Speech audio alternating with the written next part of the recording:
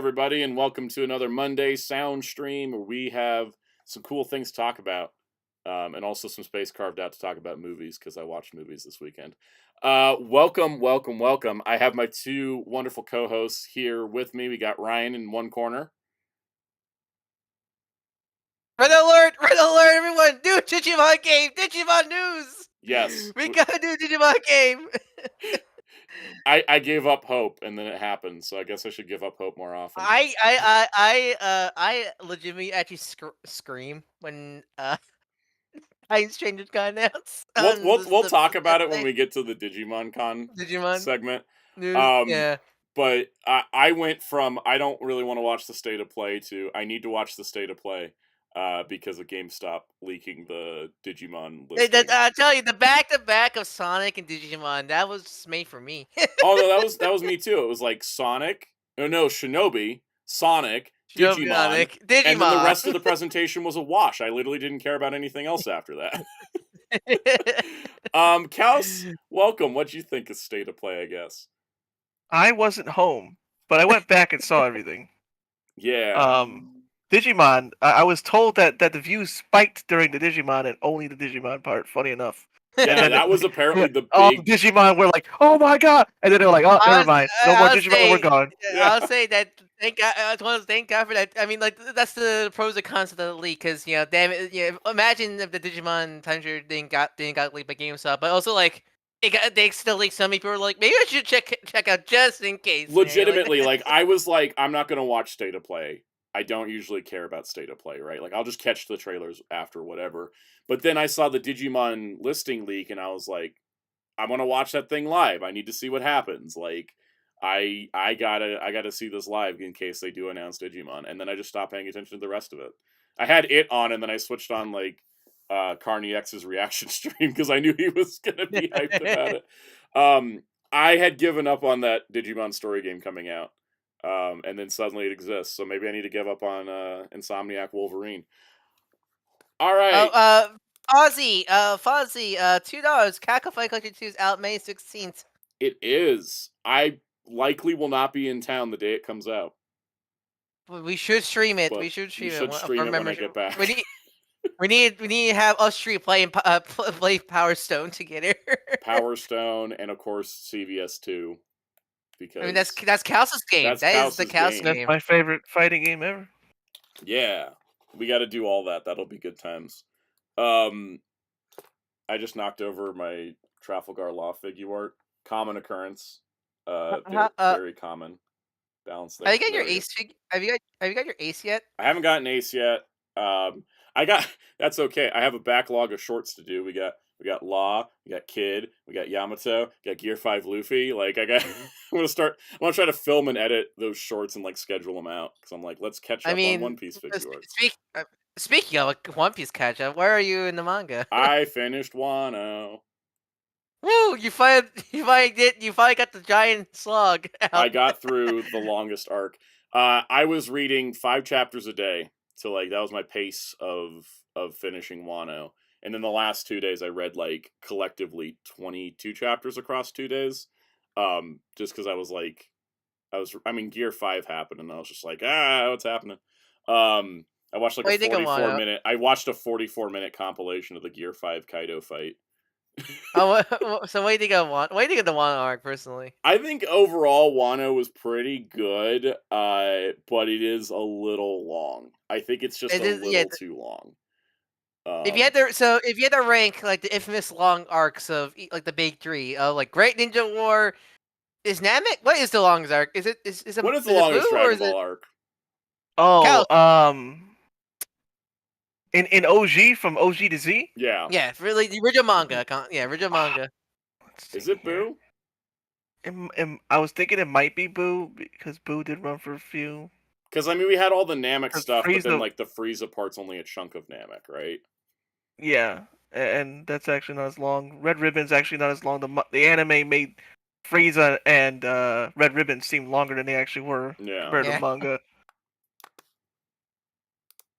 I want to say Boo's the longest, because... Oh, yeah, Boo, like, Funimation had to cut that thing into 6 chunks to So Boo, yeah. So Great Ninja War, Boo, and Wano. How will you rank them? Would Wano just be like freakishly long? Well, Zelchik, you mentioned Tournament Power, but I don't think Tournament Power is Tournament as Powers, long. yeah, as... it's not as long, even in the manga, because the manga is 45-page chapters, so that's kind of an unfair comparison. Even then, they cut down Tournament of Power so much in the manga.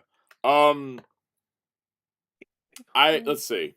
Peacemaker said Boo is 98 chapters, Android Cell is 90. Okay, so I would probably still rank Boo Saga first, then Wano, then Fourth Great Ninja War, and the Pits of Hell. Boo is pretty long, yeah. Boo is the longest one, yeah. Wano is looking longer, at the but... volumes and chapters, yeah. By the way, speaking of Dragon Ball, people, don't spoil Daima, the newest episode of Daima, because there's probably some people that haven't seen it yet. Yeah. So just in case. And I got spoiled, unfortunately. Mm-hmm. Soundout gave me a warning too. You did. Yeah. You said avoid Twitter, and I was like, cool. And then I got some people. I got the bell notifications on for the Dragon Ball tubers. Were like, let's put in our thumbnails, woo! And I'm like, oh. I hate when that happens. Happens to me all the time with the MCU stuff. Anyways, what was it? So, anyways, I think Boo Saga I'd put as number one, but Wano is a really incredible arc because it's culminating everything from Punk Hazard onward, right? Like it's like Wano is a huge arc, but then it's like it's culminating everything that was built up starting in Punk Hazard, like all the way to Wano. That's like a multi-saga, basically. And then I really like a lot of the characters of Wano, but I kind of have this problem that where it's like there's certain, I think like the battle stuff was great. I think I really liked the battles. Like once the raid on Onigashima started, it was good. I did feel like there's like 3 acts to Wano. The first act is the weakest because it's like, Luffy and crew show up on Wano and they're trying to hide out. They're like, oh yeah, my name's Luffy Taro, and oh, my name is Zoro Juro, and all that. Like that kind of stuff, I felt like in the grand scheme of things ended up being superfluous because Luffy blew their cover immediately. And maybe that was supposed to be the gag, but then like don't spend that much time setting up a gag. And then the build up to the raid I thought was stronger because I was like, okay, we're building up to the raid, and then we got some cool backstory stuff in like the second act, like the second interlude. There's a lot of good backstory, and I was like, okay, cool, we've established like what we're doing. And then I think the raid part was great. But I do think that first act of Wano, outside of meeting like important characters like Kiku and Otama, like outside of that arc just kind of felt like it was just pacing it out a little bit instead of like getting somewhere. It reminds me of like early Namek, because early Namek is kind of a slog. Yeah, it's like early Namek, yeah. I do say because no, you go. No, go ahead. I would say because from what I've seen, Wano, I did really out of all like the arc specific characters from One Piece I've seen, I think Wano has some of my favorites. I really like characters like Yamato and such like that a lot and such. I wish we got more Yamato. They introduced him so late. Like it was. I really wish. It's one of I really wish he was part of, I know technically he's sort of a temporary Straw Hat member, but I kind of wish like they added him on to the team and such like that. Yeah, because the thing with I know the anime did more because the anime always just takes everything and runs with it, but manga wise, Yamato, it feels like he shows up and then the battle starts, and then you're getting all of Yamato's character development during battle scenes. And I feel like if they'd introduced Yamato maybe in the first act, it would have made the first act a little bit more interesting. Because I just kind of feel like I know who Yamato is, but I barely know anything about Yamato at the same time. I think the anime really does add a lot to Yamato, because I know that's when like their popularity really exploded when they were added to the anime. Yeah, and I think that definitely like tracks. Because like in the manga, it's like I was just waiting. I was like, when is Yamato showing up?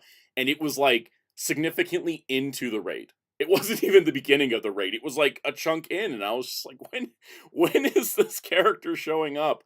And so I think that's definitely, I think like that's where I think if I'm ranking Wano like overall One Piece arc wise, it's about in the middle, right? Waiting for the Gear 5 Kaido fight. I love the Gear 5 Kaido fight. I think that's one of those fights. I think the anime, like that's like the power of animation. Yeah. Is the Because they took Gear 2.5 fight. chapters and made it a 44-minute fight scene.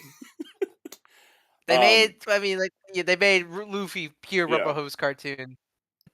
I like it because the thing I like about Gear 5 is not just because it's different in the form that he just like literally turns into a squash and stretch cartoon character, but the whole story that like Zoe was telling about like the god of joy that is Joy Boy, the one who will fight for everyone and make everyone smile in the process.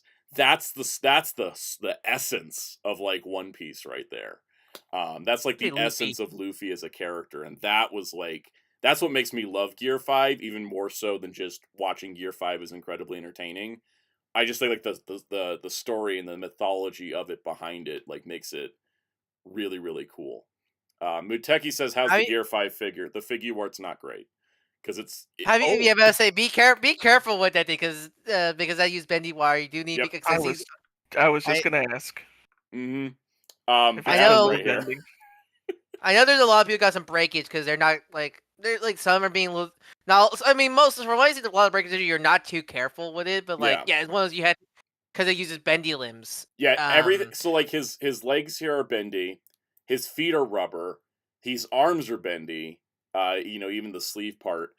The thing is that there's no way to capture Gear 5 into an action figure because Gear 5 is supposed to be pure freedom.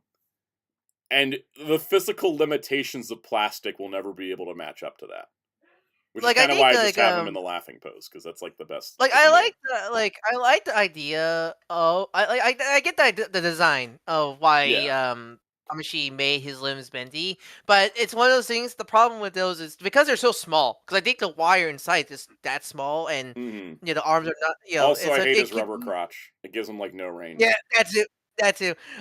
It just restricts it because it's not even because you're afraid to break it, but also just there isn't much room to bend because the rubber is made of. It's the reason why the Gum arm stuff are like the best of the are really good because they're just straight noodle limbs.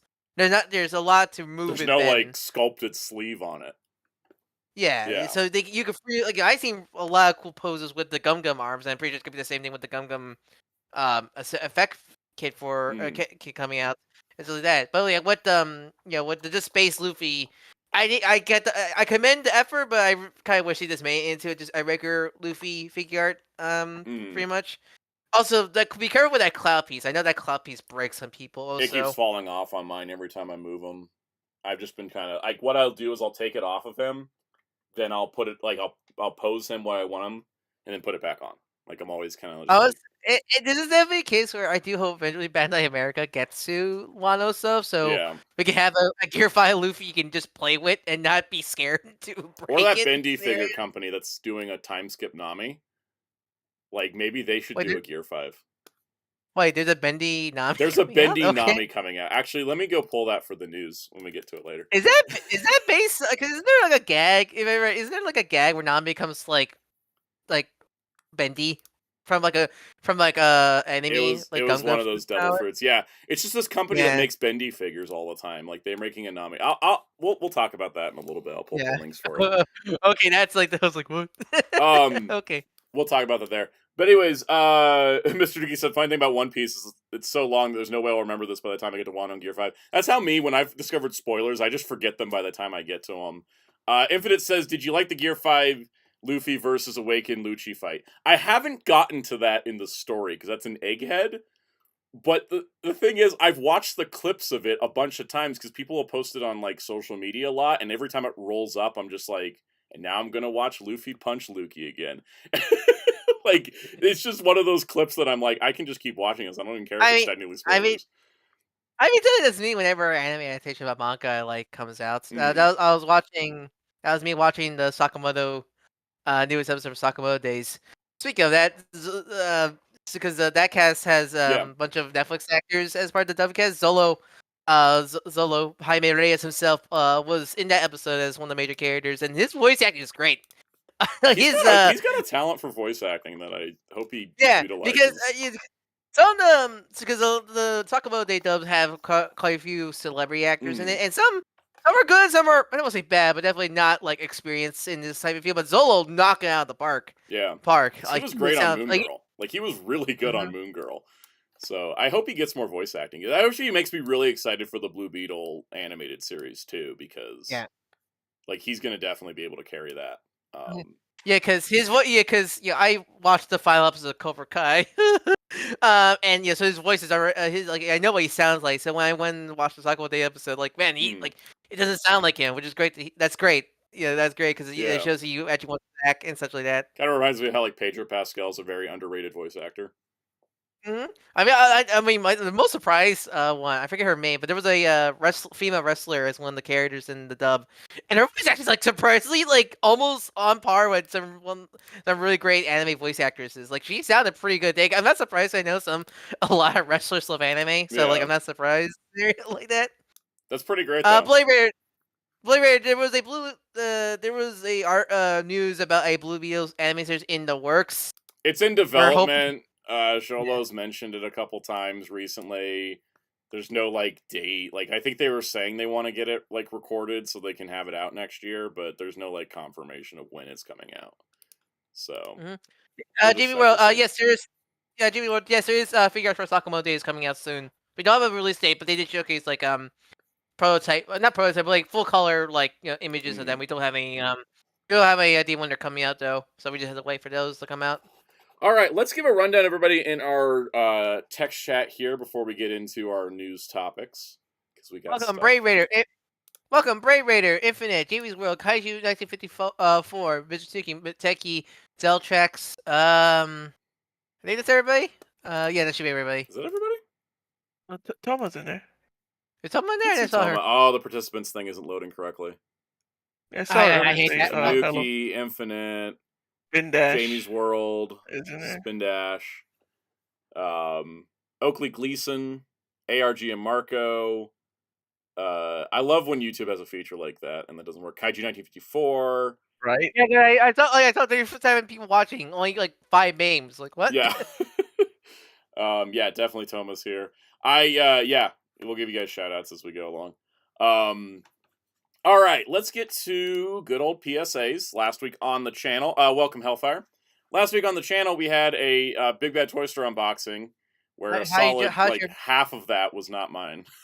How's your mother? Yeah, how's your mother loving the reindeers? She loves the reindeers. They're really good, like reindeer figures. We set them up. We got all their heads swapped over, so we had the full setup. And then it was like, well. There's no real point in displaying them now, so we put them back in their boxes and marked them, and they're like, all right, we'll bring these out for Christmas. I am curious, because you're using a wireless mic in that video. Yes. I'm not using that wireless mic anymore. Yeah, because it's weird because it sounded pretty horrible, to be honest. It sounded awful for the first recording session, and then the second recording session, it sounded fine. I didn't change any of the settings, so I think it's just temperamental. I forget. Were you wearing your flannel in the third half, in the second half? Or I think I was wearing I think I was wearing a thinner flannel in the second half. Which it might be, it might be that. It might be the jacket might be causing some weirdness to that. That's my only guess. These are the wireless microphones I have. Welcome, Nexus Rider. I bought them on Amazon. I'm not planning to use these for videos anymore. I'm going to try to work with them to figure out like what the best setting is, so that way if I need to use them for like a live event or a convention or something, I can use them there. I did just buy myself like an extension, like it's just a 3.5 millimeter extension cord, basically for my wired mic, so I'm good now. Did you look at videos before you bought those? Because that's my thing now. I did, yeah. I looked at videos, and people were like, oh, these work great for this and this and this. I'm like, okay. And then I get them, and I'm like, these did not work the same way, but it also could be environment, too, depending on the room. Because like Spin Dash said, the audio quality in general seemed okay, but it was like the audio range peak gain was limited. It really was, because it's like if I talk too loud, it audio peaked. Yeah. Yeah, the audio was peaking. I was listening at work with headphones, and man, the peaking was me all the time on this Mac with my mic.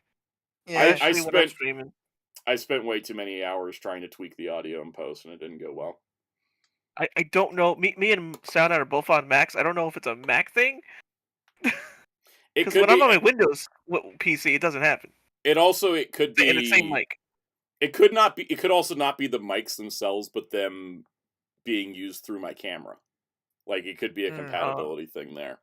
I'm gonna work on it for like if I need to do like I have some video ideas in the future that might require me to have 2-channel microphone audio, and so I need to work on it for that. But in terms of practical application use for videos, I just got an extension cord on my wired, so we're good now. I'll just use that going forward. And which is what I used for my how to watch the MCU video, which is doing pretty well. And is I very, love that very, very in depth. I love that multiverse videos, the multiverse bit so much. Yeah, the multiverse segment was what like I wanted to make the most out of the whole thing, and it was I want to hours go upon on. hours of work researching this thing too. I love you mentioned the Guardians cartoon because that opens such a big rabbit hole about the Disney XD universe because I want to talk about because you mentioned Ultimate Spider-Man, but it's so funny because for people who don't know, because I'm one of the few people that actually watch the majority of the Disney XD Marvel cartoons and all the way through, is when Ultimate Spider-Man started the new universe post Earth's Mightiest Hero, like I suppose you didn't mention what's the nickname, the Yoastverse in that video. I guess because it's a fan canon. It's a fan canon. universe, That's not- why I didn't mention it. Yeah. Yeah. Like I could have taken Spectacular into Earth's Mightiest Heroes into World's Greatest Heroes. Like Wolverine, X-Men, all that stuff. Yeah, I was like, no, we're going too far off base because those aren't officially connected. Yeah, but so Ultra Sword was the start of a brand new anime universe for the Disney XD stuff. When the Guardians film, and Sam mentioned the Guardians cartoon. So, but before the Guardians cartoon, Ultimate Spider-Man, just because the hype helped promote the new Guardians movie, they introduced their own Guardian of the Galaxy, which is clearly more based off the comic, like the pre-movie comics. Yeah, they're based on like the Annihilation era stuff. Same with when they first appeared in Avengers Assemble and Hulk Agent Smash. Yep.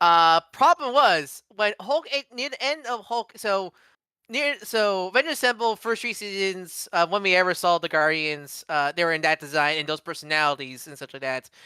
Same with Ultimate Spider-Man, also. And sometimes the shows have different designs for certain characters, but that's I think it's more due to model sheet uses and rather than continuity, because like Ultimate Spider-Man is clearly using earlier designs for the Avengers from Assemble season 1, because when the last season of Ultimate Spider-Man came out was the 3rd season of Avengers Assemble, when they were using clearly more MCU design based stuff, where like Cap was having the more MCU outfit and such. Yeah. So I don't count that as content. I don't count that. They're just using different model sheets and all that stuff. Insert DCU batsuit here scenario.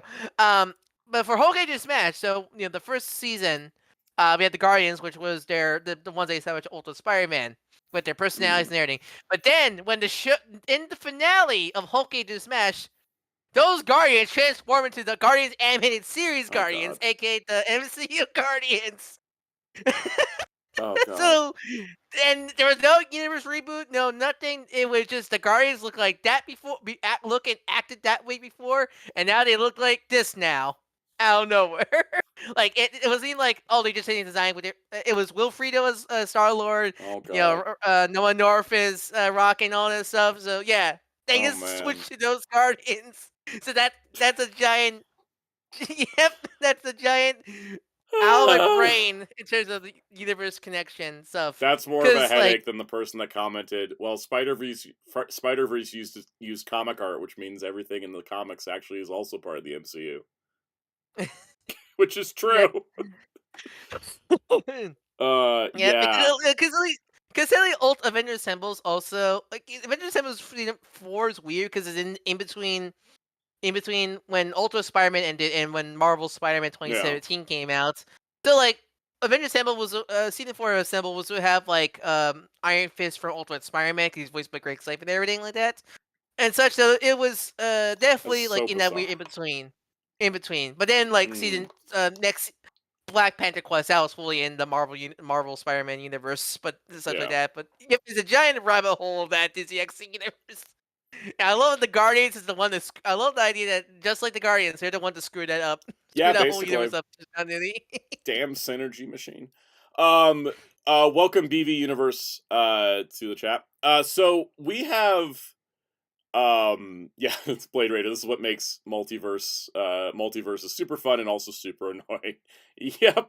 I see people bring up Toei Spider-Man, but you want to get Telly in canon in terms of the show, I don't think Toei Spider ever crossed over with the other Toei heroes. No. I know there's that famous photo. I know there's that famous photo of Toei Spider-Man with V3 and stuff like that, but that was only Yeah, because he wasn't on the Marvel. Go Ranger versus Jacka board like V3 and Amazon were. Yeah, so so that's it wouldn't that's bring in all the Toei stuff. Yeah. Someone commented, they're like, watch Battle Japan show up in Avengers Secret Wars, and then you can just lose your mind. Because Battle Japan is technically a Marvel character. All of Battle Fever J are technically Marvel characters. Same with Denji Man and technically Sun Vulcan. Gotta love it. You want to get technical with the X-Men movie timelines now? You should put like a separate, because you put the 3 lines. Like one line was the original universe timeline, one was the first class timeline, and one Deadpool is the Deadpool. You should put like a 4th line and 5th line for Logan and Deadpool Wolverine. But on for X-Men Origins, you should have another line crossing up when Deadpool killed Origins Deadpool. I could have done that if I was drawing it and had more time and not just. By the way, guys, writing on a whiteboard while talking on camera is not an easy pickup skill. That took effort. I kept having to erase because I kept writing it really crappy because I was talking through it. I wonder that's like a course teachers must take when they do that. Then I think so. It's got to be something because it's tricky when you're trying to talk and write at the same time. I also was at a really poor angle. Clearly, I didn't have a way to hang up the whiteboard. It was stacked. It was I had a stack of G.I. Joe boxes and then I just stuck it on top. I was like, "Yep, that'll work." I had fun doing that. I find it so weird that Fantastic Four is gonna be Phase 6, start Phase 6. Yeah. I mean, we're gonna talk about Cap in a sec, but I guess Cap is a sort of finale to. Well, Thunderbolts. No, Thunderbolts. Technically, the last thing is Ironheart.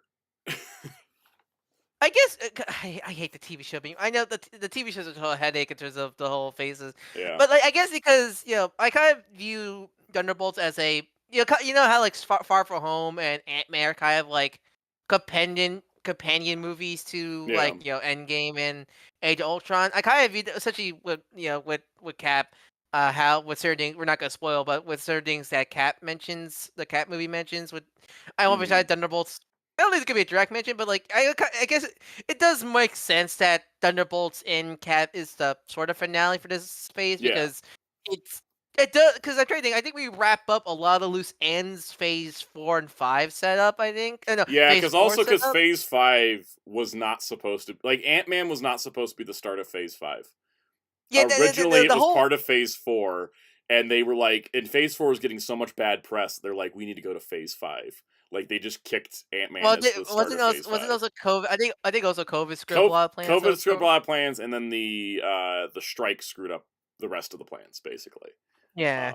So it's been a little bit of a mess, but I think that as I was going through the notes, I was like, at least as long as we don't go as long as Phase 3 went, because Phase 3 was around so long that it doesn't feel like a phase. Phase 1, 2, 4, and 5 all are about the same length in terms of dates and stuff and projects, and then Phase 3 is over here just look how many things we did. And I don't just mean the TV shows, I mean the movies. There's more movies in Phase 3 than the other phases. Yeah, it's one of those things where it's looking back, there was a lot of movies Phase 3 scenario like that. Because in Phase 3, there was a ton of movies, and then you had all 5 Netflix shows running at the same time, and then both young adult shows running, plus Agents of S.H.I.E.L.D., and Agent Carter, and Inhumans. There's 38 projects in Phase 3. Because Marvel Television was off just selling rights to any network that would take it. Or actually, no, every network they owned except for Netflix. Yeah, I think the reason why people talk about the TV shows more with the current stuff because they are now important to the greater MCU versus before. Well, some of them are, because the problem with the TV shows, I think this has been the issue, is that if you want to follow the main storylines of the MCU, you need to watch WandaVision, you need to watch Falcon and Winter Soldier, you don't need to watch Loki, you don't need to watch Hawkeye, you don't need to watch Agatha, right? So there's this problem. They don't have a branding thing of this TV show is very important and this one's not, And they tried to do that with Echo, where they're it's Marvel Spotlight. It's not connected to things, and then it's but it's directly connected to Hawkeye and directly connected to Daredevil. What are you talking about? Yeah, I think we need to go back to the old school way though. Phase 3, at the time, it was if you wanted to watch Agents of S.H.I.E.L.D., it was there. If you wanted to watch Daredevil, it was there. I think that's the way to do the TV stuff. Like, the movies should be connected, and then the TV show should be over here with, like, smaller scale characters or little side projects. Like, that, I think, And would the help problem, everything. I think that's kind of the problem with the Disney. I guess that's kind of the problem, sadly, with the current Disney Plus stuff, because Disney Plus want to hype everything up, but like, so people are like, we're gonna see Moon Knight again, we're gonna see Shang-Chi again, and all Yeah. that stuff, and like, that's kind of the problem. Is so many eyes are on the Marvel MCU stuff post Endgame, like, because people can. No one was going like, well, we're gonna see Cloak and Dagger again, we're gonna see the Runaway again, before Yeah. the Disney Plus stuff and such, because like. It's annoying because I guess some people. Oh, $2 from a techie. My coworker was like, when cat has wings, he's 50. Yeah. The- I mean, Cap got wings when Sam Wilson became Cap, and that's a pretty modern development. So yeah. Yeah. But anyways, yeah, I think this is something that, like, especially as I was looking at it, the TV shows being put on the same, like, level as the movies in terms of marketing, when they're like, look at the phases, look how the TV shows fit in. That sort of doomed the movies, because now the movies don't feel special. And the shows, like it put like a bigger eye on the shows now. Yeah, it put a bigger eye on the shows for sure. It also made the movies not seem that special anymore. Because like when you can watch at home, like several of these characters, do you also want to go out to the theater and pay for them? Like, in the general audience sense, do they think about that anymore? Is that why the movies that have done the best are the ones like Deadpool and Wolverine, where you can't see those characters anywhere else? Same with, I'm going to predict Fantastic Four is going to do very well, because there's no other Fantastic Four thing. Yeah, because I think that's the thing is, I think that's the problem, because like, even like, in terms of like production, Loki season 1 and 2 look as good as the movies. Hell, even sometimes better. That's the problem Star Wars has run into now, and Star Trek as well. I don't know how The Mandalorian's going to look any better than the Mandalorian show does. Like, the movie, how is the movie going to look better than the show? And the show already looks great. Mm-hmm. You know, like, how are they going to up it to make it look like, oh, it's a movie, you got to come out and pay for it? And it's like, the show already looks good. Same with the Star Trek shows all look great. It's like, how do you make a Star Trek movie and actually make it like enticing? It's not like during TNG, where clearly the movies looked way better than the network TV show. But now it's like, you make TV shows too much like movies, it stops making movies special. The best comparison I can think of right now is finding out Cobra Kai and the new Karate Kid film coming out this year. Because Cobra Kai still looks like a TV show. Yeah. Where you can clearly tell the new Karate Kid film is feeling like a movie. I saw that trailer for the first time this weekend, and I was like, that looks really good. Like, yeah. Yeah. Yeah, they look different, and it's funny because they're set, like, there's locations in the new Karate Kid film that are in Cobra Kai, but they look a bit different because they're using completely different filming techniques and different lighting and everything like that. Like, you can't confuse the two apart, scenario like that. Basically, long story short, Hollywood's relearning the lessons it already had learned in the past. It's like, basically, like, everything with the streaming era has been like, Hollywood's like, this is our new frontier, we're going to do all this. And the real answer is, no, there was a reason why those things worked for so many decades.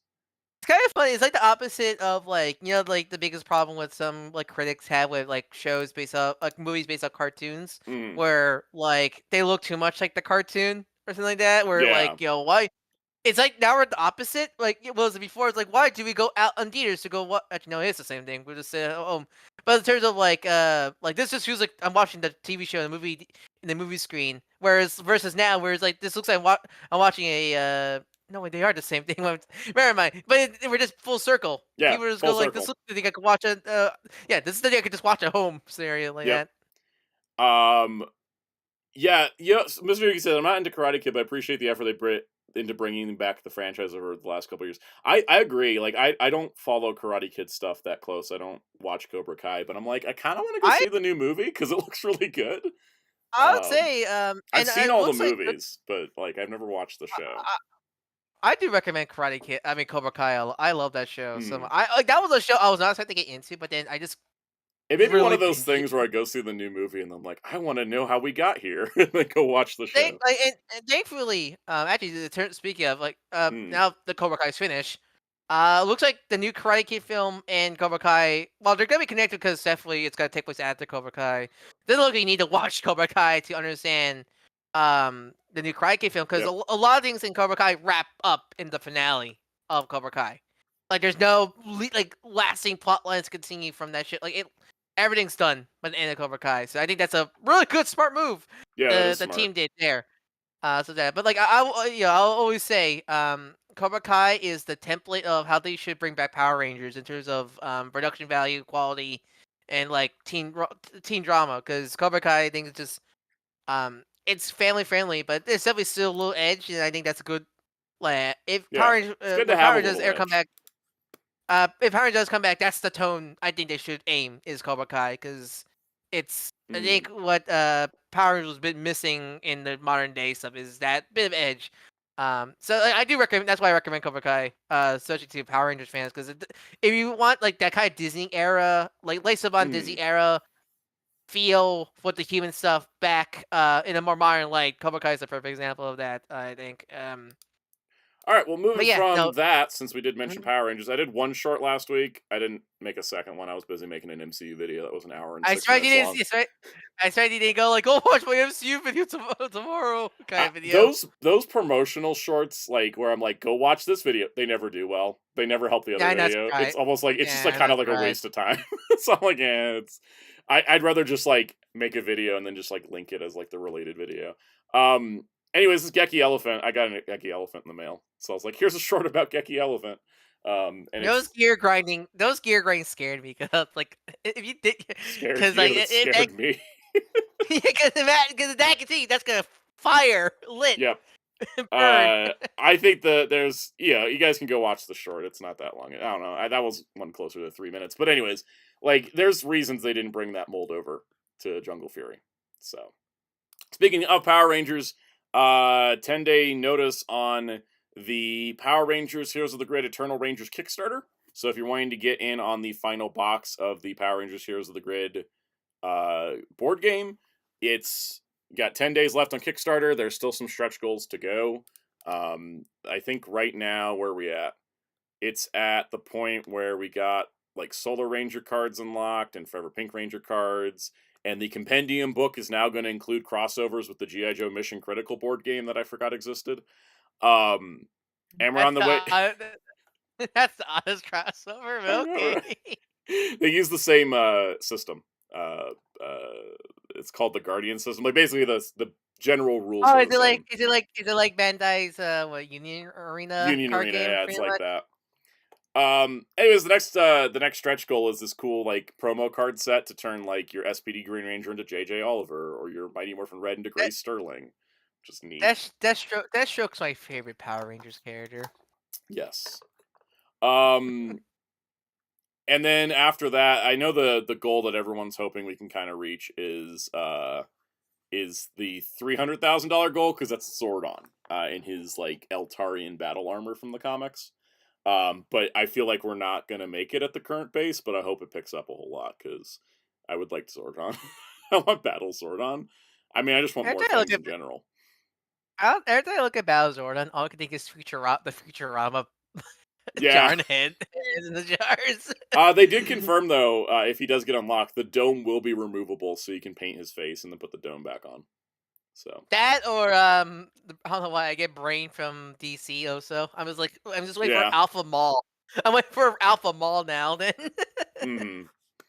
Welcome LPH. All right, so speaking of successful extended pre-orders, Haslab Lyo Kaiser's funded. So her breaking news, because this happened only a few 2 hours ago, almost an hour. An hour ago. I got an email an hour ago saying it got funded. It was at 5,000 backers this morning when I put the notes together, and by the time, I think it was about 2 hours ago, like they just dropped in like 5,000 more backers. Because I think it was the orders from China and Korea came in. They added some numbers for that, so now we're well over the goal. It's at 11,250 backers. We should be getting Death Cobra unlocked like any day now. Japan still hasn't opened their orders for it yet. So I think we're in the safe spot of making it. For all we are. Yeah. I think by like, near the last weeks or so, I probably will definitely back it. Like I'm just waiting. I want to make sure I'm, financially responsible. Financial responsibility is a good thing for sure. All right, so then adding to this, the Transformers Instagram started posting these little close-ups of some of the components. So Leozak is up first, so we can kind of see like here's a close-up of his jet mode and here's his robot mode. The thing I liked was the shot of him standing stock. Welcome, Master Ben. Yeah, I agree, Hellfire. We still need payment plans. I don't get why they can't do it, but anyways, this guy standing stock, I think, is interesting because I think he has very interesting chunky feet. Well, say he has a Mega Man feet. Yeah. Psycho.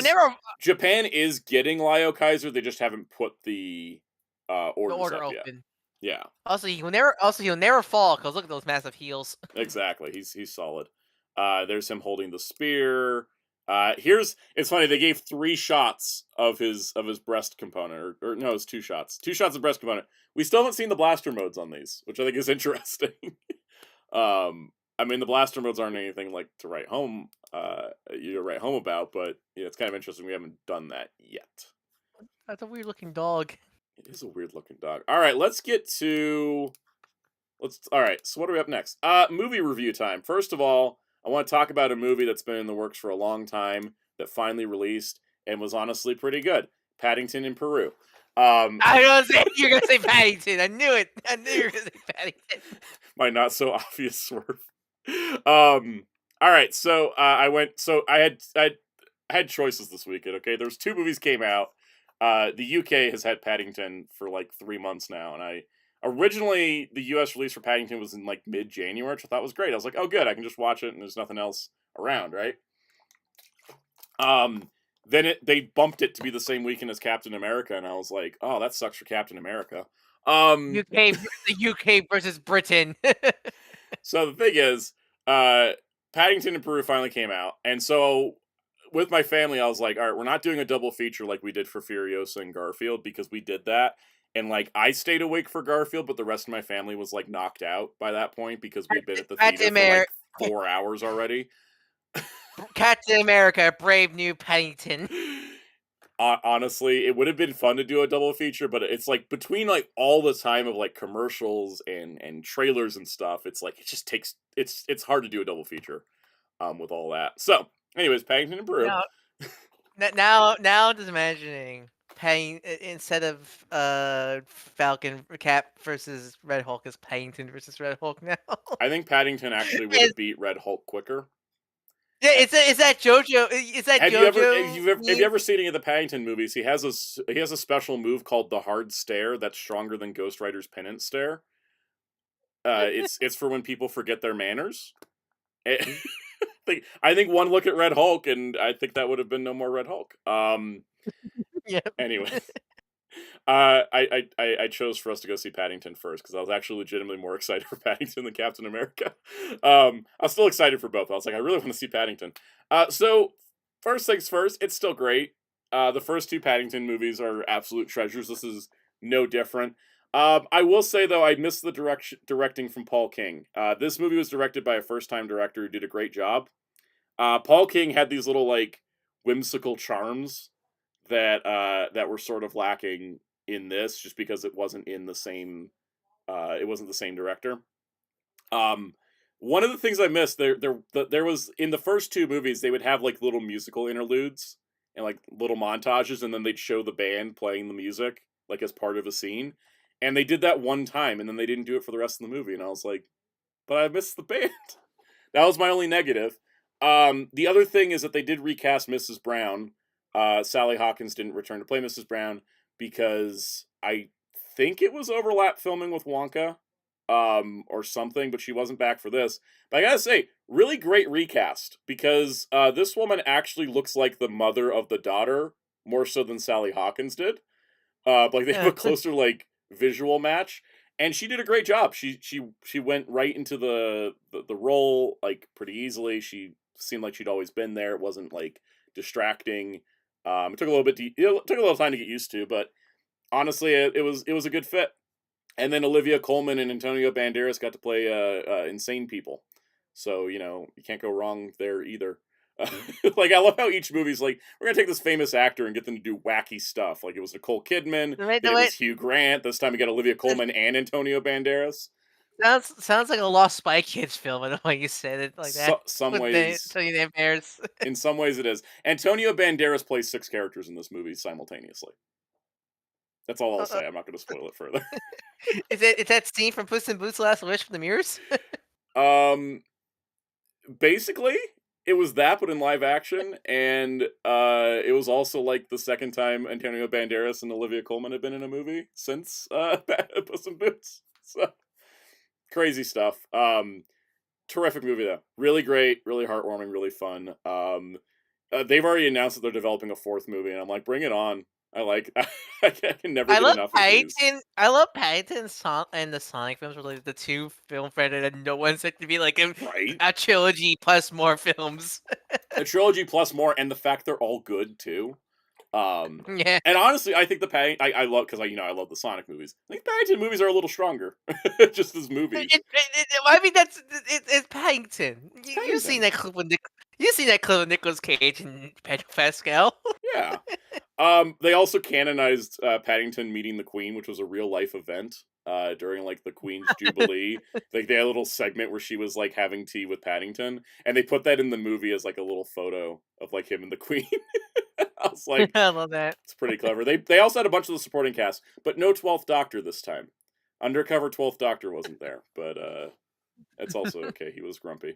Anyways, just really like this. That needs. Yeah, we have Tenet crossover with the Muppets. That's what we need is get Capaldi back. Yeah. To do a crossover with. Maybe that's the next Big Finish audio drama. Paddington 12th Doctor Adventures. I'm just imagining it now where like he's playing the 12th Doctor and Paddington is just like, Mr. Curry, what are you doing here? No, you're getting me confused. I got that fellow in Pompeii I met. Yeah. LPH, so when we're getting Paddington versus Sonic, I actually legitimately would love that. That would be kind of like the greatest crossover of all time. I mean, Sonic was in the UK in movie 3. He was. I think he probably ran through Paddington Station. Probably. I will say too that like this and Sonic are both like proofs that you can have excellent movies that families can enjoy.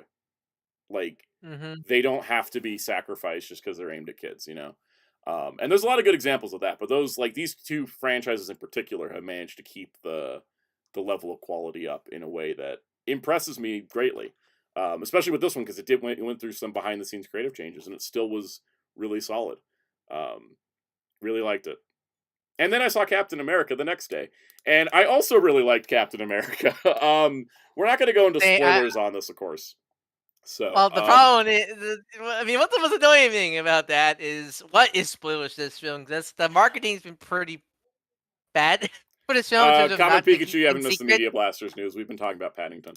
Muteki said the new era of talking animals. What about Better Man? I'm waiting for Better Man to hit Paramount Plus before I see it because I really want to watch it, but I don't want to buy digital. I pre-ordered the 4K though. If it doesn't hit Paramount Plus, I'm ready. I'm locked in, ready to watch a movie about a monkey. Anyways, it's hard to talk about what is and isn't spoilers because so much of this movie is leaked. So much of it was in the marketing. So I have some bullet points. So here we go.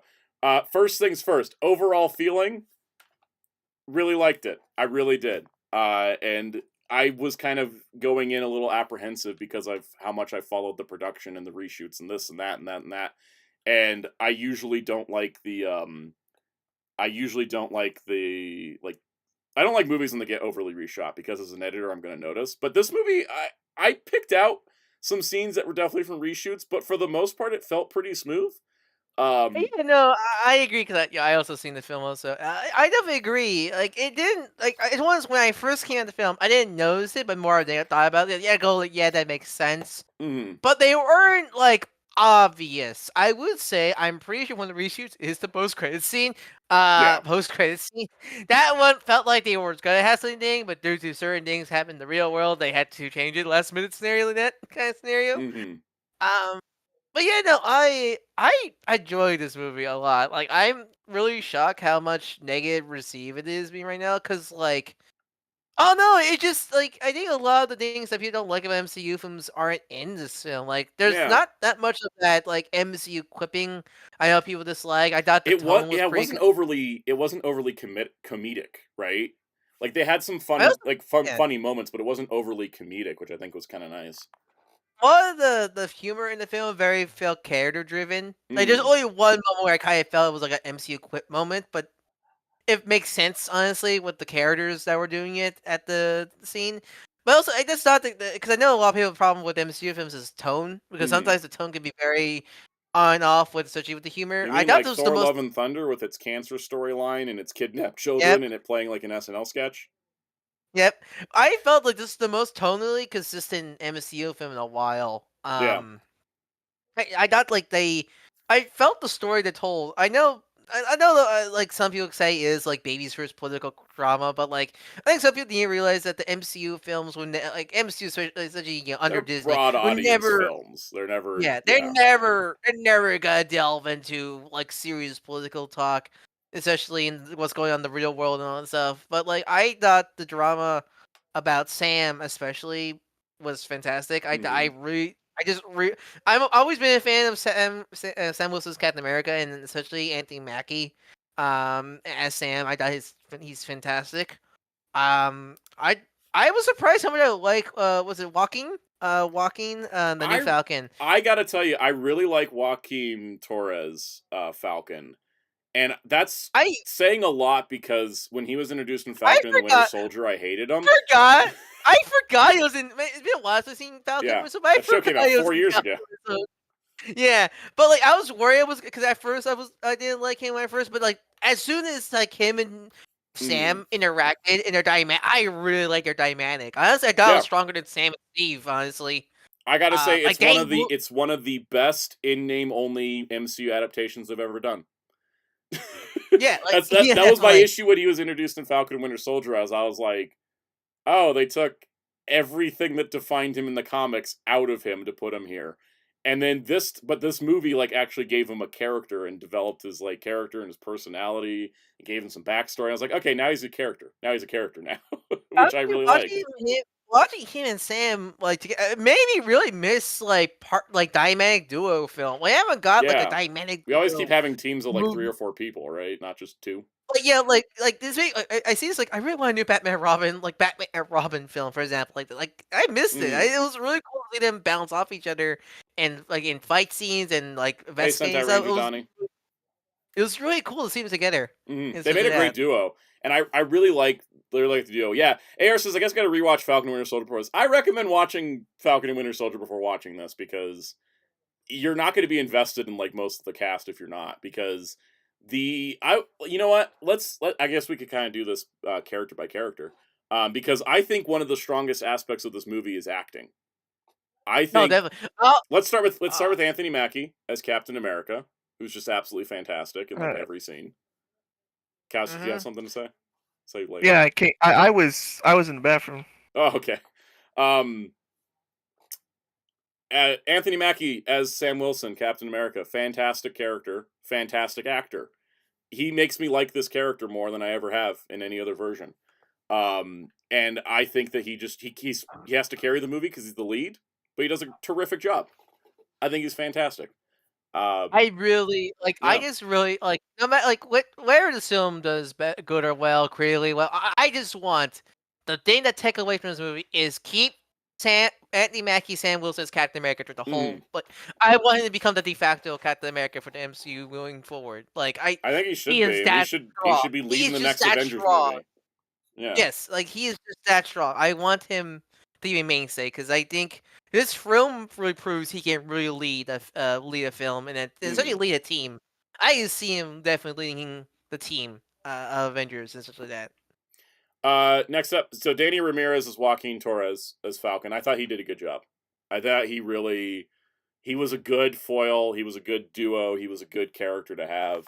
And I really did like their dynamic, like we said. Who's not on the poster but should be is Carl Lumbly as Isaiah Bradley. That man made me cry twice watching this movie. I love in Falcon Winter Soldier, but man, like he brings out he's fantastic. Tanuki asked if Carl Lumbly was in a decent mount. Yeah, like Carl Lumbly is, I think, he's not like he's got an action sequence, which is fantastic. I feel weird that people say like, oh, like you can tell the reshoots because his hair changes. Like, do you not realize he got his haircut? Yeah, get haircuts when they come to prison. Yeah, like that. because his hair was It's also like people not understanding how black men's hair is either. Yep. But I think that the thing is that Carl Lumbly is a fantastic actor who's never gotten the big spotlight he's always deserved, and they give it to him in this movie because he's one of the key emotional core pieces of the film, and he's integral to the story, and it's so great like having him in it. The movie is better because of it. I also got to give credit to Harrison Ford as President Ross.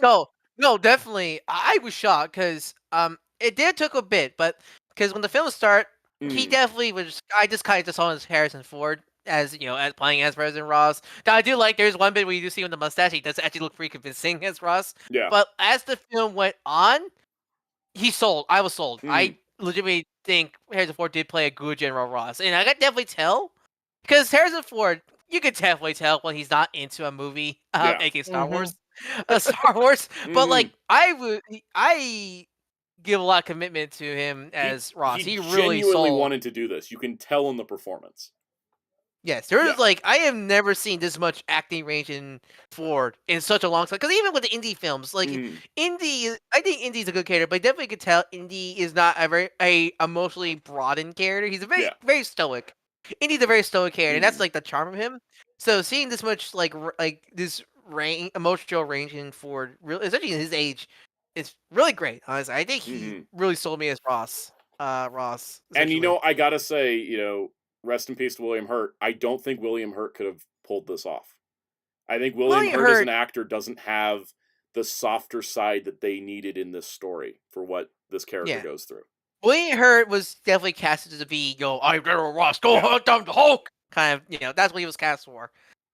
Since we have, this is not Ross with Ross. Now, this is a General Ross as the president, but also as Red Hulk, and I think they really showcase a lot of good stuff with him, especially. I was really worried how they were treating him, but like near the end of the film, like no, I think they did a really good job portraying Ross in this film.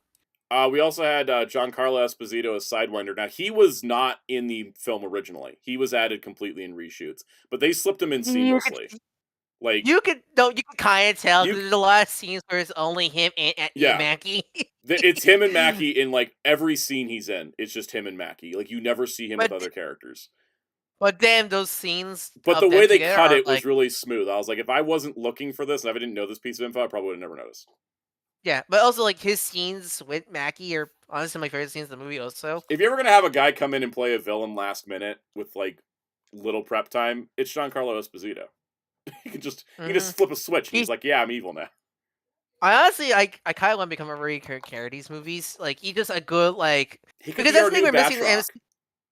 Well, yeah, because one thing we're missing in the MCU is just recurring villains because they always keep killing them. Yeah, recurring villains and recurring side characters are two things we used to have a lot of that we just don't have anymore. And especially since he's not a super villain, he just because that's the problem. They kill Crossbone and the Crossbone and Taskmaster are meant to be characters you keep coming back because they're not only the skill, but they're also they killed Crossbones twice now, and Taskmaster doesn't talk. Yep, and probably gonna die in Thunderbolts. Let's face it. Perfect looking good. Yep. Yeah. But yeah, he's really great. There was also the villain of the movie, because it's out there. Tim Blake Nelson was on the red carpet, and he's in the cast. And plus, essentially you've seen they pull back a villain from 2008 to be the villain of this movie, which is insane. Yeah, so it's almost like introducing a new character at this point. I mean, do you want to say? Because I think most people kind of. I think it's out there enough that the leader is the villain of the movie. Yeah, I want to say the leader is never been a character I cared for. Mm. He's just like there to be a Hulk villain, and I always kind of love like joking, memeing on him with my friends, going, "I'm the leader," because he's always Yeah. whiny. Because he's every adaptation I see, and he's always whiny. But like, damn, this leader, I really like this leader, adaptation leader. Mm. Like he's like, they I'll say use his like, because the leader's always done mind control stuff. They do a twist on it where it's less I'm controlling you with my mind and more I'm controlling your mind with things around you, which I think is like really cool. They kind of give it a nice spin on it. And I thought the look worked. I didn't have a problem with No, the look. I because the leader's always a goofy ass design to bring to live action. So I think the way how they did it works really well. Essentially, honestly, it gave me Immortal Hulk vibes. Like, cause like his leader's ear like Amadi Mundi with long 10 head or a broccoli head. So like because the broccoli head is supposed to be his giant brain, but it always looks cartoonish and stuff like that. So the making how they look in this one where it looks grotesque really got me vibes of Immortal Hulk and stuff like that. And I think that's a perfect way to bring the lead into live action. Well, seeing the game the same idea, but without making it look like something you see in like Spy Kids or something like that. And such. And God, props to his actor. Because I don't know. He gave me so much Jeffrey Combs vibes. Like I know Jeffrey Combs played the lead, like because Jeffrey Combs did play the leader in Earth's Mightiest Heroes, but like his voice and his mannerisms, he had that creep factor. And I thought also, like, won't go into the spoilers, but I thought also his motivation made sense. Sometimes there's MCU villains that are, it's like, why are you doing any of this? Like, I never got why like Darren Cross wanted to rule the world with yellow jacket suits. Yeah, like I love Civil War, but I thought Zemo was a pretty weak part of it. He got redeemed in Falcon Winter Soldier, definitely, thankfully. But like, is that because especially since he was kind of a last minute twist villain, sort of. I think the leader is a better version of what I think they were trying to do with Zemo in Civil War. Such because I think the problem with Zemo, he was very last minute. Like he was supposed to be throughout the whole film. The leader's throughout the whole film, and that made him a stronger villain. Definitely, and such. And then lastly, I gotta tell you, this was the weakest aspect for me. Ruth, that was Is that the lady? That's the lady, right? That's the lady. So for full context, there's been a lot of back and forth on the adaptation of this character because of the use of the character in the comics, as well as the ongoing situation that has always existed between Israel and Palestine. And so the way the character's been portrayed there. They stripped all that out. I don't know if it was in the movie at any point, but in the movie... Well, isn't that, especially the actress, like a xenocist or something like that? The actress is a Israeli actress who was once part of the Defense Forces. And if anybody doesn't want to go see this movie in theaters because of this, I totally get it. I will say, though... Game. Like, because, it's totally fair. I will say, though, in the context of the movie itself, they mentioned that she was born in Israel, and then she was trained in the Red Room as a Black Widow. And that's her backstory. So it's not... She's not working for the Israeli government as the character itself. But I understand, the actor side of this. But the character itself, she kind of just exists as like, oh, she's the tough security woman. She was the weakest part of the film to me. She was absolutely the weakest part. It reminds me of Black Widow in Iron Man 2, where she was there pretty much. In this movie, she just kind of exists because they needed somebody to be like... she's not... I mean, she's kind of an antagonist, but she's not much of anything. She's just kind of there, and it's kind of annoying. Because they play her off as like Ross's like right hand lady, but he already has one already. Yeah. So it's kind of redundant. There was two women that were there for Ross. There was Ruth, who was like his head of security, and then there was a woman that Sam knew, who was also security. Like, I didn't understand why there was two of them. I didn't understand why there was two of them. I felt like that was one character that for some reason got split into two. Like, it could have just been Sam's friend in that same position. Yeah. It would have been the same story. I'll save all the controversies. Yeah. But anyways, going from that, the other weaker aspect of the movie is... This is a thing I want people to know about. if you're watching the movie only for Red Hulk, that's not a reason to watch the movie. His third act, he is not even like third act. He's the final like battle. He's the like, third act final fight villain. Yeah. They marketed him so much in the trailer, but the movie tries to play it as a surprise when it happens, even though they put the transformation in the trailer. I think that was a marketing problem for sure, because I think that even though obviously comic fans are going to be like, oh yeah, Thunderbolt Ross becomes Red Hulk. Yeah. Sometimes you got to play with the audience a little bit and get them to be like, well, maybe that's not what they're doing this time. Maybe someone else is Red Hulk, because there was an adaptation of something recently that did that. I can't remember what it was. Where it was like, I think it was like when Shuri was Black Panther in Wakanda Forever. Like, we kind of questioned for a bit. Maybe it's not Shuri, right? Like, they never did that with this one. They were just like, yeah, Ross is the Red Hulk. And then the movie kind of doesn't key the audience into it until it happens. So, but you as an audience member, if you saw the trailers, you're like, I know this is happening. When is it happening? And if you're not invested in the rest of the characters, that could be an issue, I think. I think that's sadly the kind of problem of making a Hulk movie. Like, well, at least the problem of, like, I mean, it still felt like a Captain America movie. It didn't feel like a Hulk movie. No. Yeah. Well, it was more. It's hard to make a Hulk villain a twist, because they're gonna market the crap of, like, it's.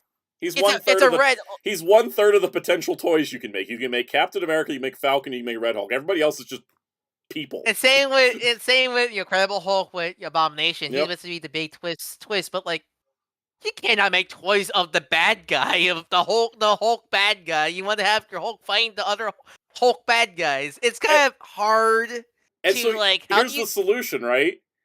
You just put Red Hulk in earlier in the story, or you key the audience in that that's what's happening, and then that way the audience is like, oh, I'm in on the secret, as opposed to like pretending like we don't all know he's going to become Red Hulk. It is difficult, because I think in universe as a drama like storytelling, I think it's really good to lead up to it, but it's really hard. It's one of those difficult things. How do you make it a surprise for the characters without without surprising the audience? We know he's gonna become Red Hulk, but how do you make it natural for the characters to find out, like, oh, this is happening instantly? That's the most difficult scenario, like in this scenario. Or the marketing would just be, you don't see Red Hulk's face, you don't see him transform. It's like, oh, who's going to become Red Hulk kind of thing. Because even though Shuri was still Black Panther, there was enough like time where we were like, maybe it's Okoye, maybe it's M'Baku. I think honestly, what they could have done is how, like, in Earth's Mightiest Heroes, how they did the Red Hulk twist is have Red Hulk do shenanigans, but also to have Donald Ross like you could definitely have moments, because I guess Sammy spoils, but it turns out the whole Red Hulk is semi-controlled by the leader in the film. So you could have you could have like moments where Ross turns into Red Hulk, but he doesn't remember he doesn't remember a Jekyll and Hyde thing where it's like two separate people, right? Yeah, and Ross doesn't know he's turning to Red Hulk, but he just like maybe like somehow leader always gets him back to the place he needs, and Ross doesn't know what happened. He just know there was some destruction going on. He blames like the other countries for causing it, because of that's kind of the big thing with this movie and such as that. Yeah, I think that's what. That being said, I think that the let's see, Muteki was talking like Batman Beyond Return of the Joker. Yeah, that's a good example. Freaking Return of the Joker trailer. Scrublord Gaming said, I think the image of Red Hulk crushing the shield is very good and should have kept the tone, no face showing the red. Yeah, I think that could have been the thing. Like, yeah, AR also mentioned the Far From Home marketing for the movie kept trying to sell Mysterio as a hero, right? Like, they didn't tip their hand that he's a villain, even though comic fans, we all know that, right? Yeah, I think that's definitely probably, I think story-wise it is the weakest act, but in the story itself it works. It's just in you're watching it, you're like, wait a second, I already know this is going. Yeah. I also because I see people like bash on the CG, but honestly, I think some of the best it looked good. At least the Phase 4. Yeah, it didn't look of the Phase 4 era, of the Phase 4-5 era. I think this is one of the better CG stuff. I think also I think the ending of the fight, it's in the trailers with the cherry blossoms. That was when it was the roughest, because the light, this is maybe also just because I pay attention to this stuff. The lighting wasn't consistent with it looked like studio lighting as opposed to outdoor lighting. But Red Hulk himself looked great. I would say, even if the CG's not great, I think the action's really damn good. Like, that's the thing, Mhm. even if the CG's pretty meh, I think what like the fight scene, honestly, it's one of the best fight scenes I've seen in an MCU film in a while since like Shang-Chi. Because I think how they did, Sam with his wings and the Yeah. shield, same with Falcon. Like the I choreography think the is honestly scene, really damn cool. the choreography was really great and it was shot pretty well. I think my favorite sequence, action-wise, though, was when they're flying. Is it in the trailer? There's a scene. Is it There's the a jet? scene where they're flying over the ocean, and it's really good. That one was like I thought as good as the Well, Red Hulk I think fight was. is it if it's about the giant hand? I think a lot of people knows this Yeah, was doing with the they put Celestial. the Celestial in the trailer, right? Yeah, God, this yeah, is the it's problem a talking major about this it's movie. I can't remember what's a leak and what's it's officially spoil. shown. It's spoil, yeah. But there's a sequence where like Captain America and Falcon are flying over and around the Celestial statue, or well, it's a statue now, the dead Celestial in the ocean, and that sequence I thought was great because it was really cool the way they shot Cap and Falcon was as if they were fighter jets, except they were guys with wings. But it was like they were shot like fighter jets, and so it gave like this really cool like kinetic energy and like really looked awesome. And I really loved that sequence a whole lot. Definitely. And especially I watched I it in think IMAX. It looked amazing. I would say, I think why I like this film the most is even though you do need to watch Falcon, like pretty much as your MCU video, the Avengers story arc, pretty Yeah. much. You do need to watch all the the Avengers like story stuff to watch the film, but I do like how very self-contained this film is. Mhm. Like, while you do need to watch all this, if you're being consistent with keeping up with the Avengers storyline stuff, I like it. There's no like, I mean, for as being long as part. you Oh wait, watched Falcon and Winter hold on, Soldier, you're good. Yeah, Like hold you on, we're don't going have in to and have out. seen But Eternals. I think the stream's cutting out for you. I think Is it Is cutting it? out? Oh, it's buffering for me. oh, Um, I have no drop frames. That's weird. no, not for me. Hold on, let me refresh. Okay. Um, yeah, I was gonna say like you don't have to watch Eternals. I think Good. the two films I I don't know. think you need, I just I haven't seen it. Yeah. I think the two major things Mhm. I think you do need to watch is Falcon Winter Soldier and Incredible Hulk because those two Yeah. are this is a follow up from Falcon Winter Soldier and this film is practically Incredible Hulk 2 without the Hulk. 16 year slow burn on the leader. Yeah. But yeah, no, I think as a whole, like, depending on if you want to see it in theaters is going to be depending on your personal interest level, I think. But I liked it. I really did. I thought it was great. I will tell you though, it took a few minutes for me to get into the movie, and I got to tell you because IMAX set me up. Okay, they played the Fantastic Four trailer, which looked amazing in IMAX. Like I thought it looked good on my like TV screen, like my 4K TV, but like the Ben Grimm looks incredible on an IMAX screen. Like he looks real. It's crazy. I love it. I love the Fantastic Four. Welcome Beast Slayer. Love the Fantastic Four trailer on the IMAX screen. And then the IMAX countdown was replaced with a Fantastic Four themed IMAX countdown with the Michael Oh, that's Giacchino music playing and a bunch of graphics about it. And it was like, see Fantastic Four in July. And I was like, I want to watch it right now. You just set me up for it. I know. And then I was like, oh, right, Captain America. But then I ended up liking Captain America, so it all worked out. But I was like, immediately, I was like, oh, that's right. I don't get to watch Fantastic Four right now. But yeah, no, I mean, I think we pretty much covered everything we can without going into like spoilers. Yeah, but overall, I Pretty good. think this film doesn't deserve the hate it's getting. Like, I definitely My understand why people may not speculation like on the it. reason it's getting the hate is I think people are just a little bit tired of the constant output of Marvel movies because a lot of people like online were like, "Oh, but there was only one MCU movie last year." To the general audience, there was 4 Marvel movies last year because the general audience does not separate the Sony movies from the Disney movies. They don't Yeah, see because there those as was like separate things. there was Man of Web, Deadpool, Wolverine, Venom, and God, yeah, Yeah. got Sony.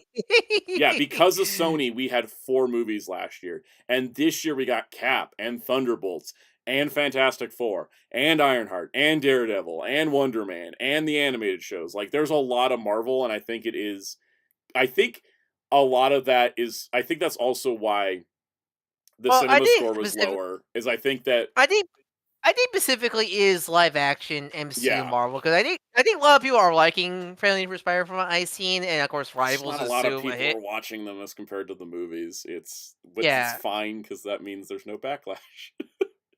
Yep.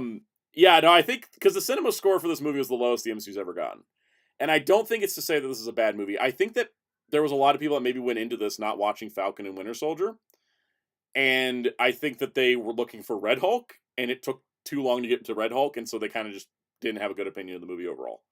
And I think that maybe also people are just kind of a little bit burned out on Marvel as a brand because it's just been pumping so hard.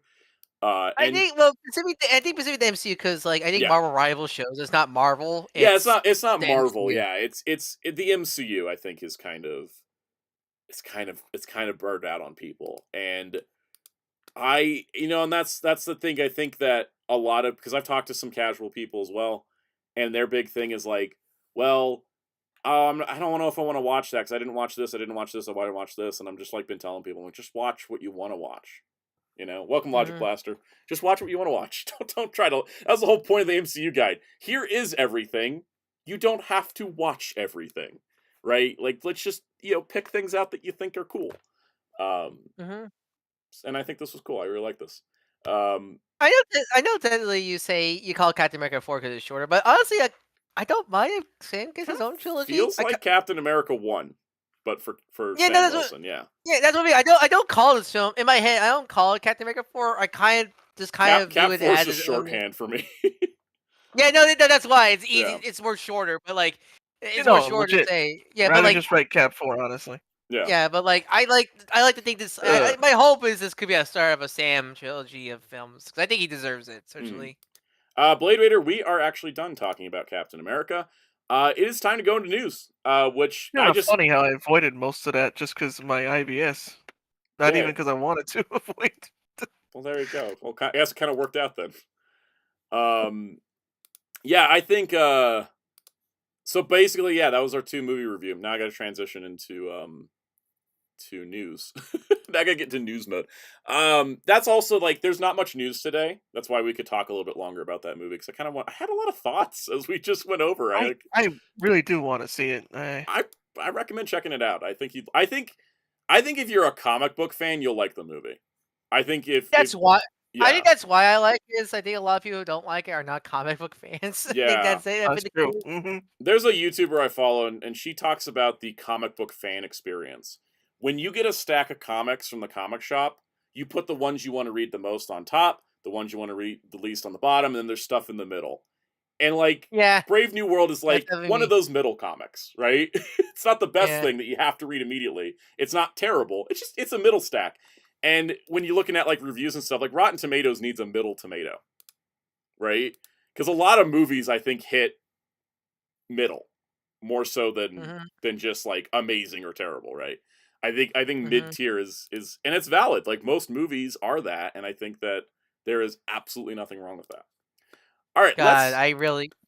yeah. God, I've been so busy with work, with both work and working on the rundowns.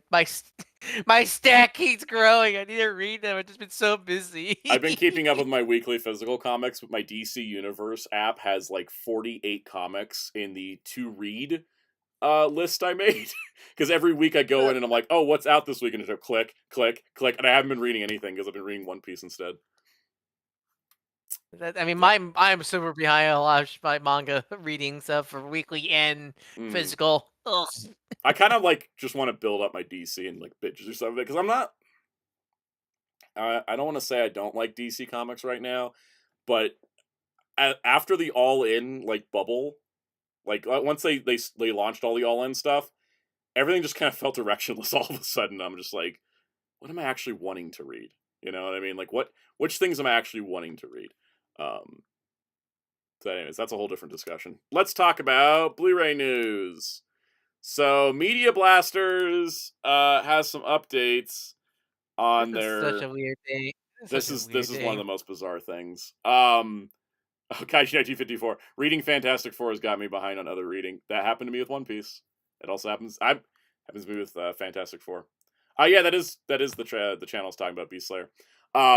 Anyways, so Media Blasters the people who made the Kamen Rider Blu-ray for the Kamen Rider trilogy, they originally announced there was going to be a limited edition that contained exclusive bonus features, including Kamen Rider World, a short film, and an extra interview, and a booklet, and a slipcase. Then they announced that the standard release would be the same exact disc with the bonus features without the slipcover or the booklet. And I was like, cool. That's great.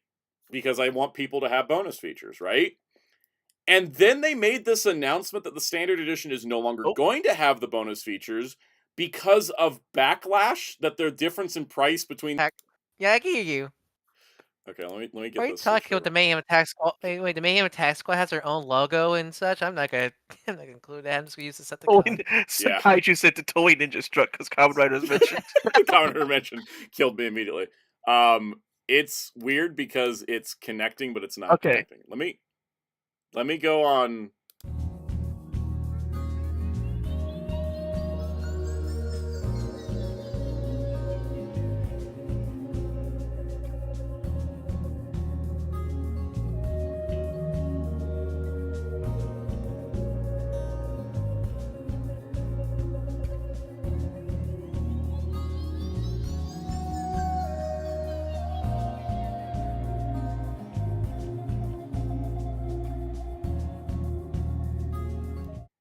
Are we back? All right, good. We'll see if chat hears me before I go back into this story. I'll start the story over, basically. What's help the Toei Ninjas didn't get you? Refreshing might help. I guess we could, yeah. All right, Muteki says yes. No, you're back. You're back. You're back now. K9, we're back. All right, Oakley's spin dash.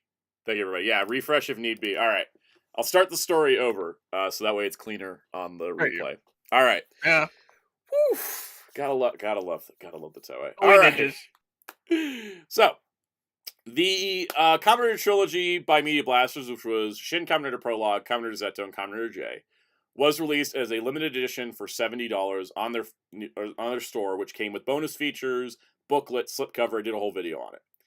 They then announced the standard edition was going to be $40 and still include the same bonus features.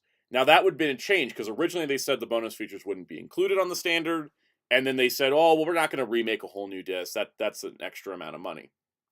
Then, now they flipped back to, now we're removing the bonus features. You'll still get the introduction for the from Kei Tamamiya, but not the interview.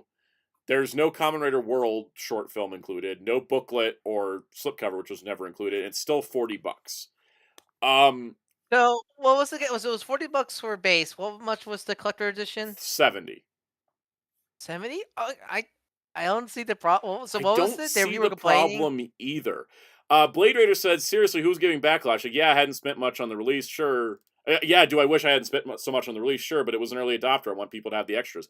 I had the same thing, because if you go through the replies, Media Blasters goes into like, oh, we had backlash. People who bought the Elite collection said that it was like, you know, oh, the standard's too cheap, and we didn't want to raise the price of the standard, so we dropped it. I'm like, I cannot find the backlash that they're referring to, and it's very weird.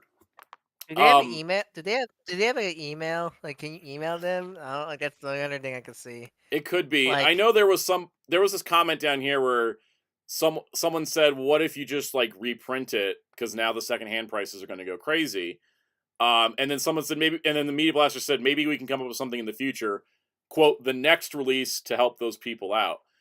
I don't know what that meant, because the next thing we're going to talk about is the next Kamen Rider the Next.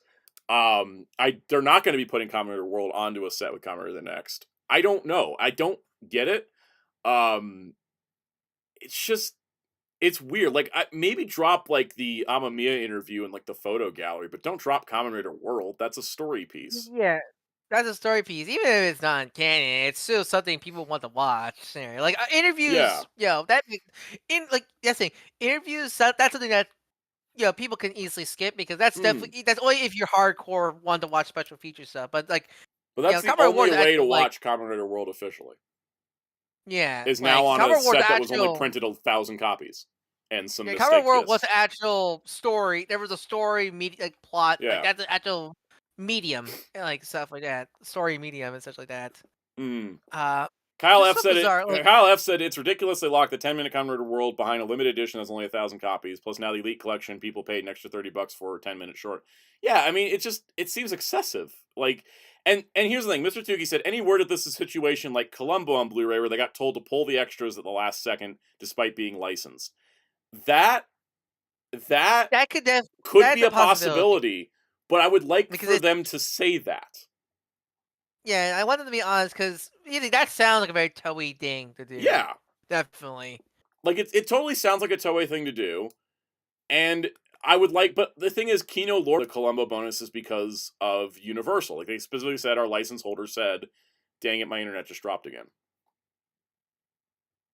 Oh, did it? Yeah, no, stream is buffering. It's buffering. Oh boy. Toei keep attacking us. We gotta get off the subject, guys.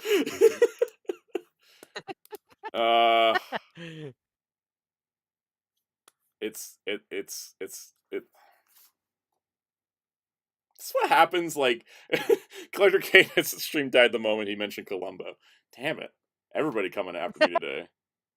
we need Columbo to help solve the case. Okay, am I back? Am I back? All right. Cows, you're out of touch. I'm out of time. Yeah, Columbo. So I would like them to say if it's actually a licensing thing. I think people wouldn't be mad about that. I think hiding behind cryptic tweets is just not the way to go because everybody's just like, so what does this mean? And it's dropping again. Gosh. Golly. This is what happens when I wear a Bubblegum Crisis t-shirt. Is that what we're doing? Is this the problem? All right, moving on. We got to get through this before it kills the stream. And then to kind of like soften the blow, they're like, oh, hey, here's the packaging for our Kamen Rider the First and Next limited edition for our storefront, known as the Kamen Rider Dyad. Duology was right there, guys. I know it's a generic term at this point, but like Dyad. Yes, I never heard. I haven't heard the word Dyad in so long. I've heard it only in Star Wars. Yeah, I think I've only heard it like Star Wars and like certain Greek myths. Yeah. Anyways, it's gonna be one slipcover that's reversible. So like on one side it'll say the first, on the other side it'll say the next. This is also going to be they said that this will also include liner notes, special packaging, numbered commentaries. There'll be an announcement soon with the details. And they did say only available through the storefront. The extras will not be on the standard edition. So clarity up front on that, and I guess we'll see if they stick to it. Waffling as a company is not a good thing to do because it doesn't build trust with people. It makes everybody nervous and weird around everything you do from there for. I think when it was like, oh, we're now going to include the bonus features, everyone was like, great. And then now they're like, now we're not. And I'm like, what? yeah, definitely. Yeah. I'll keep us posted when this goes up for pre-order because I think more people are going to jump on this now because... Yeah. Yeah. I would say like I think I'm not a fan of the first because I was not a fan of the tone, but I think it's still a good movie. Even, I like with the this kind of first. 2000 edge. I don't like the next. I despise really the next. I think I'm not alone. The first I thought, like it's weird because it's a romance movie. It works. I like it. I overall say I like the first. Yeah, I think the first I think the first is alright. I'm just not a fan of the obvious 2000 edge it has. Yeah. But man, like the next is a soulless like J horror wannabe. The J horror. Yeah. Yeah, the ring was hot. The ring was hot. Let's make the ring. Let's make a ring. Let's make the ring in the worst version of Kamen Rider V3 to ever exist. Yeah. Anyways, I'll still be buying it though and reviewing it as normal. All right. Let's talk about comic books because I think Marvel doesn't hate us. They like to let us talk about Cap. Hey, we like their new movie. I think we're good. I also like Amadeus Cho, and I'm really happy he's in the Spider-Man cartoon. Anyways, there's an Amadeus Cho 20th anniversary special written by Greg Pak, who is his co-creator. Oh, nice. There's going to be 4 stories in it. You're going to join Amadeus, Hercules, and the Renegades on the eve of World War Hulk. That was a great little team, where it introduced Amadeus. That's the I may buy because Hercules isn't it then exactly for you. No, yeah, definitely. This is like Amadeus was introduced in that arc, right? So it's like great. Return to that. Then we're also going to have a return to the totally awesome Hulk era. It says Amadeus and his sister Maddie Cho discover a long hidden secret that might break your heart. Let's do it. I want some heartbreak. And then finally, Amadeus in his Brawn era tackling a new shocking threat and emerges in a whole new form. So basically, it's like a story from like his introduction, story from his first time as Hulk to now his current time as Brawn. Pretty glad we're getting more story. I'm glad we're bringing back like Robbie and Amadeus and so like, I really like I love that was like that era of Marvel now. That's the one like that's the time I really read Marvel a lot of times. So I'm happy they're bringing back all these characters. Oh yeah, didn't Robbie finally got free right recently? Robbie is officially Robbie Reyes Ghost Rider is officially I'm not gonna say he's free from the God Quarry, the void he's been trapped in, because he's still in there, but he's in 2 whole issues of Spirits of Vengeance so far. And then Spirits of Vengeance got canceled. It's being relaunched as Spirits of Violence, where I'm hoping the storyline gets picked up. Phantasma, that Hatsune Miku looking Ghost Rider, she managed to get in there and like help him, and so now they're working a way out. Which I didn't know she was made by Melissa Flores until I read the First Issue New Champions. Yeah, because she wrote I think she wrote the story that she debuted in the I Robbie need to Reyes read some. special. I need to read. I need to get that special. Cause I really like her character design. I heard she's fun. I need to go read stuff with her. She's fun, and she's getting my favorite Ghost Rider out of his void. Says already bonus points, sir. Already bonus points. That Robbie Reyes special is great. I own 3 copies because I bought all the covers. I told my comic shop, I was like, just order me all the covers. I want all the covers of this. Anyways, so I'm excited for the Amadeus show. And then in other one-shot news, the What If Donald Duck Became Iron Man is happening. Yeah. I'm loving these. Whose idea to give Donald Duck Iron Man armor? That sounds scary. The scary part is this is his 4th Marvel form now. He was Wolverine, Thor. That's right. Who is he on the Fantastic Four? I can't remember, but he's also now Human Torch. He's Human Torch, and now he's Iron Man. Even though he should be really the Thing. Yeah, he really should. The fun part about these comics is that they have been leaning into Donald Duck more because Donald Duck comics is like a legacy that dates back decades. That's true. Yep. Mm-hmm. But he's getting the 50 stones of Marvel characters he's turning into now at this point. There's some crazy lores in those Donald Duck comics. Oh yeah. The word a lot. Yep, the what the DuckTales 2017 took a lot from. Mm-hmm. Lots of deep lore. All right. What's next? Oh, here we go. Digimon Con is coming up, and I actually have a reason to be excited. So Digimon Con is like their little promotional live stream. We're alive, people. This isn't just card games. We're alive. We're breathing for now. There's actual stuff happening. Last year's Digimon Con, they showed the lineup, and I was like, "Is it really just a couple musical concerts and card games?" And they're like, "Yep." And I was like, "I'm just not going to tune in." I tuned in for the musical segments. This year, I'm watching because we have stuff in every category. So first things first, the anime category, we're going to get that promotional video Digimon Adventure Beyond, which is the 25th anniversary commemorative video. So that'll be great. Then we're getting updates on Digimon Storytime Stranger, which was announced at the State of Play last week, which is the next Digimon story game that's been in development for at least 8 years.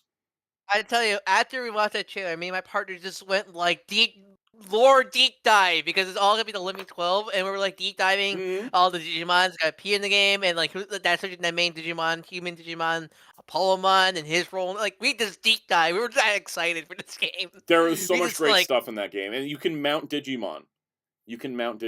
Which is amazing. I see some funny fan art of like other Digimon carrying you. Yeah. Tell them what I told you about State of Play's viewership. It spiked during Digimon, and it fell off right after Digimon was over. Yep. And I gotta tell you, Carney X has been saying like that this Digimon game should be announced as something like a Nintendo Direct or a State of Play to get more eyes on it, and it worked. It totally worked. Like this game was like the game of the State of Play in a lot of ways. That and Onimusha for me. Some people don't realize that this is our first ever next-gen Digimon game. Yes, because like I think it's the first one that's not a Vita game or a visual novel. Yeah, that's right. That's yep. Yeah, some people don't realize the Saber-Suki's are Vita games, and you can really tell. You look how crunchy those models. Yeah, you can tell. Yep. Next Order is also a Vita game. Yep. So this is our first next gen Digimon game. Mhm. So like, Actually, I should just pull up a because picture from the actual game here instead of just this little I scribble. think maybe those are Did probably they explains. say who the artists are, or is that all going to be at the It's con? I think it's probably the same character designer as Cybersleuth. I recognize his style. It It looks looks very so SMT. well. That's why I'm asking. Yeah, Well, yeah, because that character because design. he works for Atlas. Yeah. Yeah, he did There we Devil go. Survivor. But yeah, I think because I imagine a lot of the work was probably modeling all the Digimon. Because unlike say Pokemon, where with Pokemon the Switch Pokemon games where they imported a lot of the Pokemon models from 3DS because the Mhm. Switch it's still, like, they still had to clean up a lot of models from when they ported the 3DS models to the Switch. It wasn't as much cleanup versus I imagine taking a Vita model to PS5 era, like that's no, you had to make a new model. That Yeah, probably like takes probably, everybody's been remodeled from the ground up at this point. Like, and it looks so good. and we're actually in the digital world this time instead of in a weird Yeah, not just cyberspace internet, thing. Yeah, just internet. Yeah. because I know I some love me people. some cyber sleuth, but yeah. I know the $70 is a big hit for a lot of people. I definitely understand that, but like to me, As long that as the gives me game is hope. long, I'm happy with 70. Well, yeah, that gives me hope because this is the first time we ever got like a triple A level Digimon game. And when I mean AAA, I mean like Bandai, like like this has the same quality as like Tales of Arise or Scarlet Mhm. Nexus quality, where it's of course it's not AAA in terms of like other AAA games, but like in terms of like I guess anime Japanese style games, this is AAA definitely. And I It's definitely like also appreciate that, like, because I think the thing with Bandai is they haven't made all their games 70, right? Like Sandland was 60 and stuff. Um, yeah, I think that Sparking Zero had a ton of content in it that made it worth 70. Whereas mm-hmm. some Yeah. Tekken other 8, Tekken 8 like has a bunch of content too. that's 70s. Oh, $2 from Mateki. What do you guys think of the leveling system? Like Clarify of what you mean by leveling system. yeah, because Do it's you like mean the Cyber Sleuth one? because it's probably gonna be like cyber. Because I read the website. There was a press release, like a whole like press website. Hmm. It sounds like it's gonna play like a lot. Pretty much play like Cyber Sleuth, which makes sense. It's the next game in the Yeah. story series and such That like means that. you're gonna have some Mega Digimon sound out. Just leave it on. Yeah, just leave it in sleep mode. That's the thing with Cyber Sleuth on Switch. I just leave it Oh in yeah. sleep mode. Also, And we just... also English dub. Before I Yes. get another Digimon game with English dub. We have That's not had an English dub since Says All next Star order. Rumble, baby. No, next order. Next Wow. order. Oh, Next next order order had had a English dub. dub. Okay, I forgot. I played 1 hour of Yeah, that yeah. game, hated it, put it in its case, and never touched it again. Um, absolutely did not like Next Order. But Yeah. anyways, oh yeah, Spider's Prime. Yes, We're it's way Spider's over. Prime. We're way over the Captain America. Way over. We're done talking about it. All right, so Digimon. this just game looks amazing. It makes me so happy. It gives me reasons to live. I love the I do like. blacksmith Pseudomon in the background. Like I I know. want this. I know some people like the main protagonist designs, but like, hello Cyber009, welcome back. I know. I Well, like that's why I them. love it. I love them. And there was mentions of customization in the article, so It was very we'll see. vague. I couldn't tell that was your character. They're talking about your character or the Digimon. It's very Yeah. vague. But still, I can't wait. Hopefully both. I will say I'm still excited for Metroid Prime 4. I think the most this year, but this is like the very, very, very close second. It's Digimon. It's like The line- Digimon's been in hibernation outside of the card game for so long. That like when this... the Ghost game ended? When the Ghost game ended? 2023. I was gonna say, forget. Zero to the Beginning came out in like November 2023, like US theatrical, and then like Blu-ray was a couple months later. We've had nothing since. Yep. Yeah, besides the card game, I like the Liberator web manga and stuff. That's not enough. This is what I'm looking for. Common Spidey. So also, if we get Prime 2 and 3 remasters, there's a chance. I think they're gonna drop him. This is my guess. Put me on record. Nintendo's going to announce Metroid Prime 4 details. They're going to give us a release date, and they're going to say, and you can play Metroid Prime 2 and 3 right now on the eShop. And then the physicals will come like a couple weeks later. Like a Pikmin 1+2 scenario when Pikmin 4 got announced. Yeah. Definitely. Yeah, because they announced Metroid Prime Remastered as available now. So I think they're going to do the same thing. I can see them doing that. Yeah. My in terms of like Digimon wish lists, there's too many, but like my one thing I want the most is I really hope I want Proxima. I want like the Ghost game Digimon especially, but I want a whole side quest to get Proximamon because Proximamon in lore is like this final boss Digimon or something like that. Yeah. It's such I want like a because they did like a whole side quest in I think Hacker's Memory about Agunimon and Lobomon and getting Suzunamon. So like I kind of want that for like Gusu Gamamon and Gamamon and their final evolutions, and you get then like the final thing is like Cirrusmon. As a Proximamon, I want Proximamon to be like a super boss that's like stupid hard, stuff like that. Yeah. SSJ for Jason. Yes. So Gundam Seed Battle Destiny is coming out. Weird. Out of nowhere. Weird. It just got announced out of nowhere. It's the Vita game remastered and being re-released on modern consoles. They didn't announce it at State of Play. They didn't announce it at any big event. They just dropped it on the Gundam Info YouTube channel. I think it was just getting dubbed because I dubbed by the modern e-cast. I'm pretty sure by the sounds of it. So it's just out of nowhere. Another thing, One Piece Pirate Warriors 4 is coming to PlayStation 5 with new DLC. Also dropped out of nowhere. And you can vote. And you can vote for what character you want. Yeah. Who you want to sound out? Who you want to sound out? I voted for Vivi. I voted for Tesoro from Film Gold. And which Navy Admiral did I vote for? The one from the end of Wano, the guy with the crazy plant stuff. Ryugeki? No, that's not right. Hellfire, do you think they'll announce it? Let's see. Hellfire, when do you think they'll announce a new an anime? Not this year, definitely. I think they want to focus. If they announce an anime this year, it would be at DigiFest in July, which is the in-person event in Japan. Yeah, but I'm pretty sure knowing Digimon and Bandai, I think they want to just focus on Time Strangers. Their big Digimon. This is the big Digimon thing of the year for sure.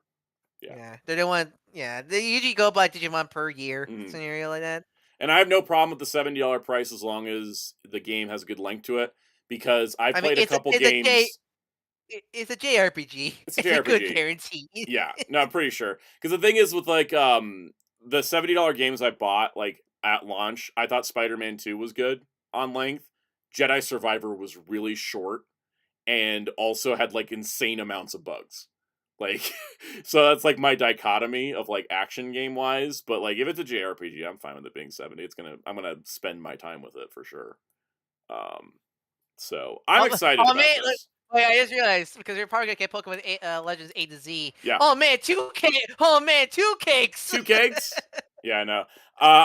People have noticed that Pokemon Presents on Pokemon Day will be before Digimon Con. So I think that like the release date of this is going to. Oh man, welcome back Digimon versus Pokemon debates. I know. I think what's gonna happen is that Pokemon's probably gonna announce the date for Legends ZA, right? Mm-hmm. And then Bandai's gonna either go before or after. Probably before. You reminded me of a Simpsons quote. Yeah? You reminded me of a Simpsons quote, Dark Claw. We said Pokemon Digimon debates. There was a episode of Simpsons where Bart is trying to get into Bakugan. Oh yeah, I know what you're talking about. Yeah.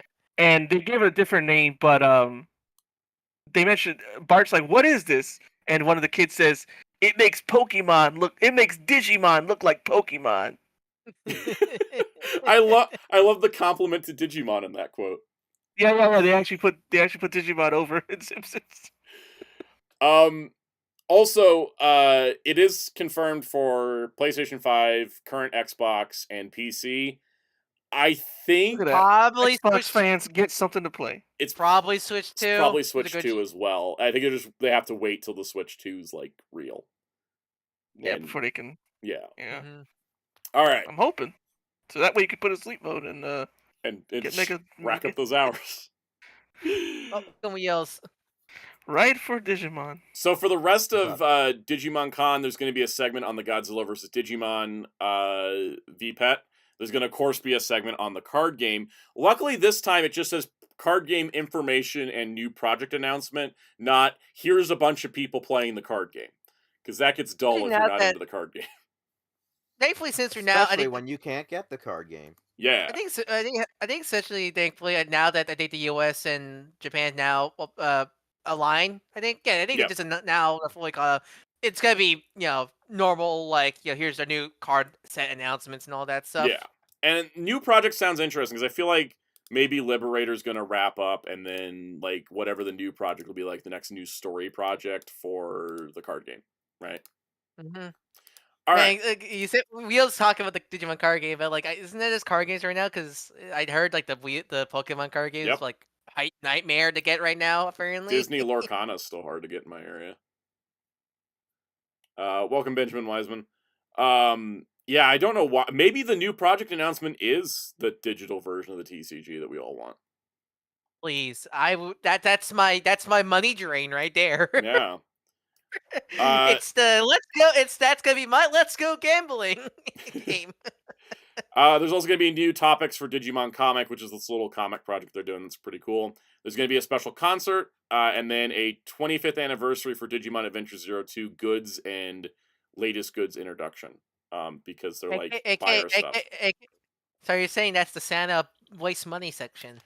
I want to see a plush of Hawkmon and Armadillomon in that. And if I don't get that, I'm not going to be happy. I mean, I like the other stuff, but in that segment in particular, I have plushes of Wormmon and Vmon and Patamon, Gatomon. I do not have a Hawkmon or an Armadillomon. Why do they not exist? You know why they don't exist? They don't want to give Neil Kaplan more money. What did the Japanese products? He wouldn't get money anyways, so they have no excuse. Hey, they know he finds a way to make money off of them. They know. That's true. He finds a way. Just Neil Kaplan like buys a shipment for like Tokusatsu to sell his booth at cons. Exactly. They're like, nah. We got to stop this MFer, man. Just because he was like one of the first English voice actors at a Japanese major convention in like over like 20-something years in general. Yeah, because like remember that was his whole shtick. It was like, oh my god, first ever. And in all of them but Dragon Ball. You guys ready to talk about Star Trek? Yeah. All right. Oh, cool. We've been about it. We've been keeping up and positive. Time to drag mine down. All right, here we go. So we have another new Star Trek action figure line. This time it's Master Up because we talked about the leaked pics from Toy Fair. Like it was London Toy Fair, wasn't it? Yeah, it doesn't matter. Anyways, this is what's the Star Wars? This is getting out of hand. Now there are two of them. Now there's three of them. Now there are three of them. This is our third company making action figures in the retail price space. Let's just call it that. Everybody's hitting about $25, just varying scales. Hia Toys exists for Kelvin stuff and some Strange New Worlds. Nacelle is doing 6-inch figures for like everything, from the original series to Enterprise. And then Master Replicas is doing 4.5-inch figures designed to go with Playmates toys, and they have the license from Discovery to present day. So, I have thoughts. My first thought is on the surface level. Do you have the full? Because I know there's this photo. I know there's yes, that photo there's a bunch of them. I wanted to kind of go through it. Top line, I think this is cool. I like expanding the Playmates line. I think that's great because it was something I've talked about of like just build on the collection that already exists. There was an interview Trek Core did with Ben Robinson, who works at Master Replicas on this, and he said we don't really want to remake anything Playmates already did because it's kind of pointless. You can buy the old figures on eBay pretty easily, anyways. So yeah, I keep saying this. I said this, wherever we keep bringing up this line, but this is pretty much what I think. Pretty much what new Playmates should have been scenario, pretty much. Exactly, adding to what existed. So the way this is going to work is that these are going to be released through Master Replica's website only.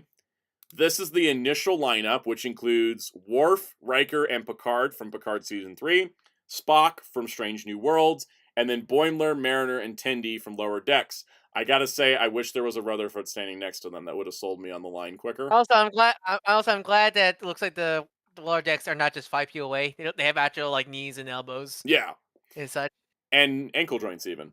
And I like that there's varying scales. As you can see, Ethan Peck's Spock is towering over old-ass Patrick Stewart. That's how it should be. He looks like a high school bully next to him. I know, it's really funny. They're going to each come with a couple accessories, and they're going to go up for pre-order on the Master Replicas website every month. 2 figures every month. And on top of this, they did confirm they do want to do Prodigy figures, and their first Prodigy figure will be Rock Talk to finish the main Prodigy cast. So the thing is that That's really great. And they said they're still working on the design because she has a lot of rock detail that makes her harder to sculpt. She's a rock monster. Exactly. I thought you were gonna do the Galaxy Quest thing. Rock monster. Rock monster. I really want Rock Talk, and here's my one issue with the line. Because in concept, in execution, I like what I see. I like continuing the Playmates line. I like the chance to get Rock Talk. They're $25.99 each.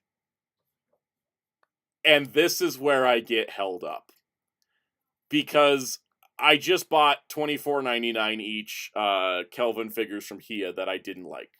Right? I bought those first 3. I reviewed them. I didn't like them. I canceled the rest of my pre-orders. These are paid upfront pre-orders. If I don't like the way the figures turn out, and I'm going to order everything, I've already invested a couple $100 before the first figure ships. They did say they plan to have stock that will remain, so you don't have to pre-order them. You can also make sure you can try to come back to them later, but they're not going to be sold in any of the retailers. The other thing is, they're $26 a piece. Shipping is flat rate of $8 if you're ordering 1 or 2 figures. I presume it goes up if you order more. If you're in the US, it's $8. If you're in the UK, shipping's only $4 because they're based in the UK.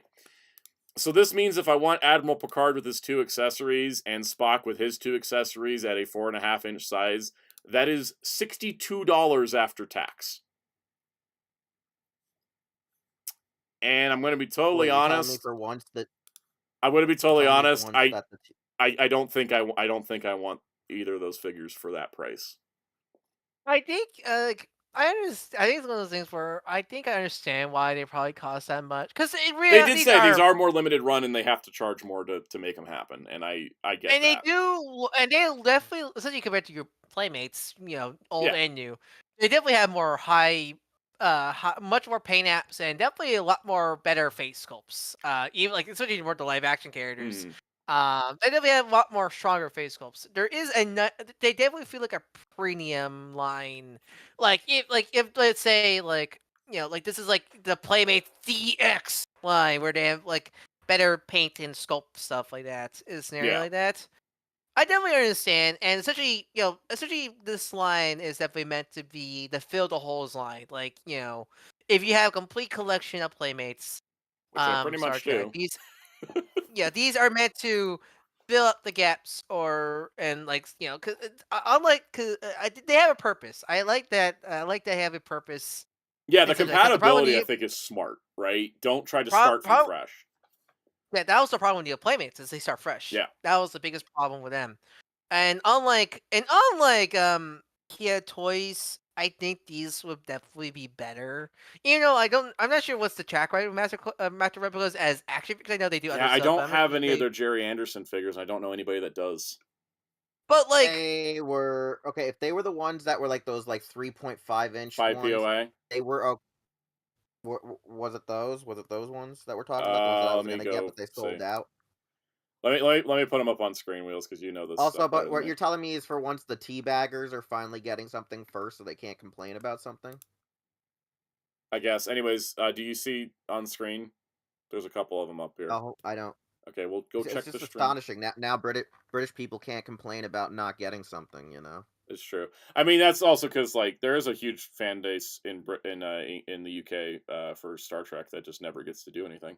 Those figures they were okay, but the problem is once you miss them, you're never getting them again. Yeah, that's kind of what I'm worried about here. No, you're screwed. This Star Trek line is gonna fail most likely because they haven't. That's the problem I'm having right now. Stuff.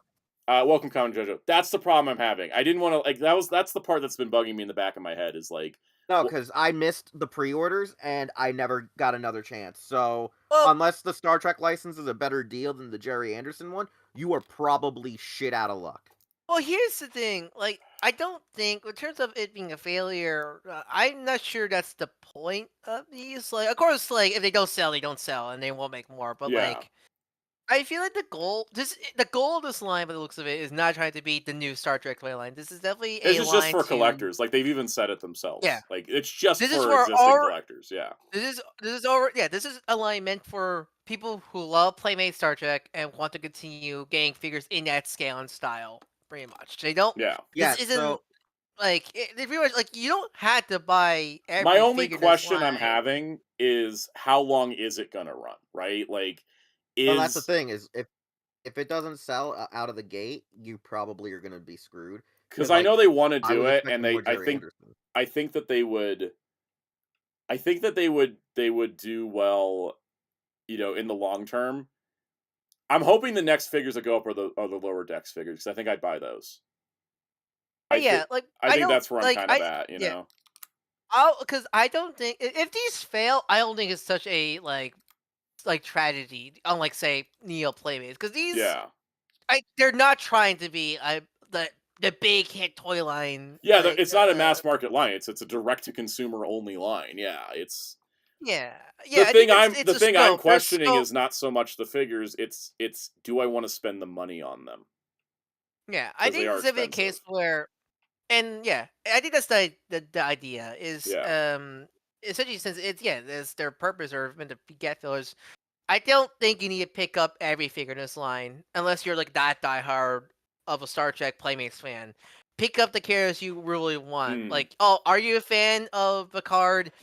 Picard from Picard. Pick up him to add to your overseeing Playmates collection as another like Picard variant. Are you a fan of Lower Decks? Most of my Pick up his figures collection on as display is just like one figure of each character, and that's why I'm like more gravitating towards the lower deckers. yeah. Yeah. You don't need to buy. Yeah, that's what this is telling me. Like, if you don't need like only if you want the because outside the lower decks, because I don't know Star Trek. Yeah. Is there any new characters in outside the lower deck cast in this lineup In here? this lineup, no, because we got Spock, Picard, Worf, and Riker, all variations, right? It's a different actor as Spock, but like, and Rock Talk's going to be. I'm buying Rock Talk regardless of anything else because. Yeah, you don't need to buy those because they already have figures in the Playmates line. But like, the lower stuff like that, deckers, the Discovery cast would be nice to get because we only got 2 of them in the Neo Playmates line. I don't think I would buy anybody from Section 31 except for Michelle Yeoh. But even then, wouldn't she just be under Discovery? I mean, they got the light. They write Section 31 in the article here, so I don't know. Like, but that's the thing that does have me interested though is that they have confirmed they're working on playsets, which is interesting. But I also would be concerned about the price. I definitely see there's passion. Dog, you want this playset? It's a collector's line, $85. There's clearly a passion in this line because that's the thing about Hiya Toys Star Trek. I don't feel the passion. No, there's no passion. They didn't get Kirk's uniform color right. Yeah, that's what I mean. Yeah. Like, there's Guys, no the only passion they have is for the MonsterVerse. Come on. I know their Godzilla stuff and the RoboCop stuff is great, and then why are their Star Trek stuff not? That's why. And then like the Naruto stuff are okay. That's when Chris they have Naruto stuff. Yep. Yeah, they made Naruto figures. They're not bad. They're not bad. They're doing Persona 5 as well. That I'm worried about. The only thing I have on pre-order from them that's like not Godzilla is Ghost in the Shell, and I'm like, I should just cancel this. This is never coming out. There's stuff takes over too, but yeah. No, I think there's passion, there's energy. I like what I'm seeing, but I think I'm going to be picky because at $26 plus $8 shipping, I have to be picky. Yeah, this is clearly a Star Trek line made by fans for fans. That's what this is telling me. I think even more so than Nacelle's line, which is like crazy deep cuts, but Nacelle's line is going to be like at retail. It's going to be available like more places. This is for Star Trek Playmate fans made by Star Trek Playmate fans. I think a better phrase, I guess. Scenario because if you're collecting, is like whenever you give UK people Transformer stuff, and the first thing they do is like, "Hey, would you like a Skyquake?" And we're just like, "I guess." Yes, I would like a Skyquake. I mean, that's the thing. Yeah. I mean, it's like for me, this is how I view the Thundercats Super 7 stuff because that's what this looks like to me. And I know technically those figures are a little more justified with their price, kind of similar business model though, direct to consumer site sales, right? Super Yeah. 7 just also has deals with Big Bad Toy Store Entertainment Earth and all that, right? Mhm. But yeah, I think for me, I'm gonna probably just stick to the new characters because those will at least like, because even if they suck, then at least I have those characters where I didn't before. And even then, there's kind of already expectation for these figures because Yeah. they're meant to be Playmate figures. You I kind mean, of the know fact what a they Playmate even figure. wrote like these are meant to go with Playmates in their like website is insane to me because usually you don't see Sorry, the companies Playmates. mention other companies, right? Well, we know how Playmate feels about Super 7. Look at Hot Fat Yeah. King, for example. Wait, what? Oh yeah, about how Playmates got like real butt hurt for some reason. Yep. And they wouldn't let Super 7 make Sergeant Bananas and such. Yeah. Mhm. I wonder if I don't think Playmates has a say because this is a UK company. Yeah. Damn those damn Britons. Yeah. Blade Raider. Now these are on BBTS. I throw one in order to try it out. Yeah, that's kind of I think where I'm at too. Like I would probably buy more of them if I didn't have to pay $8 shipping on every set of 2 because that just adds up really quick.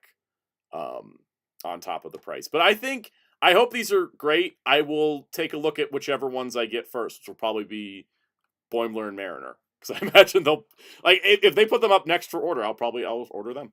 You know, I'll probably just order them. Will you get if one figure goes with Moopsy? Will you get it? Oh yeah, of course. I mean, I already bought Master Replica's Moopsy plush. That thing is amazing. Well, would they make Badgie a full figure? You should like they should make an articulated Badgie, but he should be in a 2-pack with Guji, maybe a 4-pack with also Logic-y. God, Lower Decks gets so weird in the later seasons. But anyways, If we're good, or bad. for good G or sounds bad like a G. normal day, bro.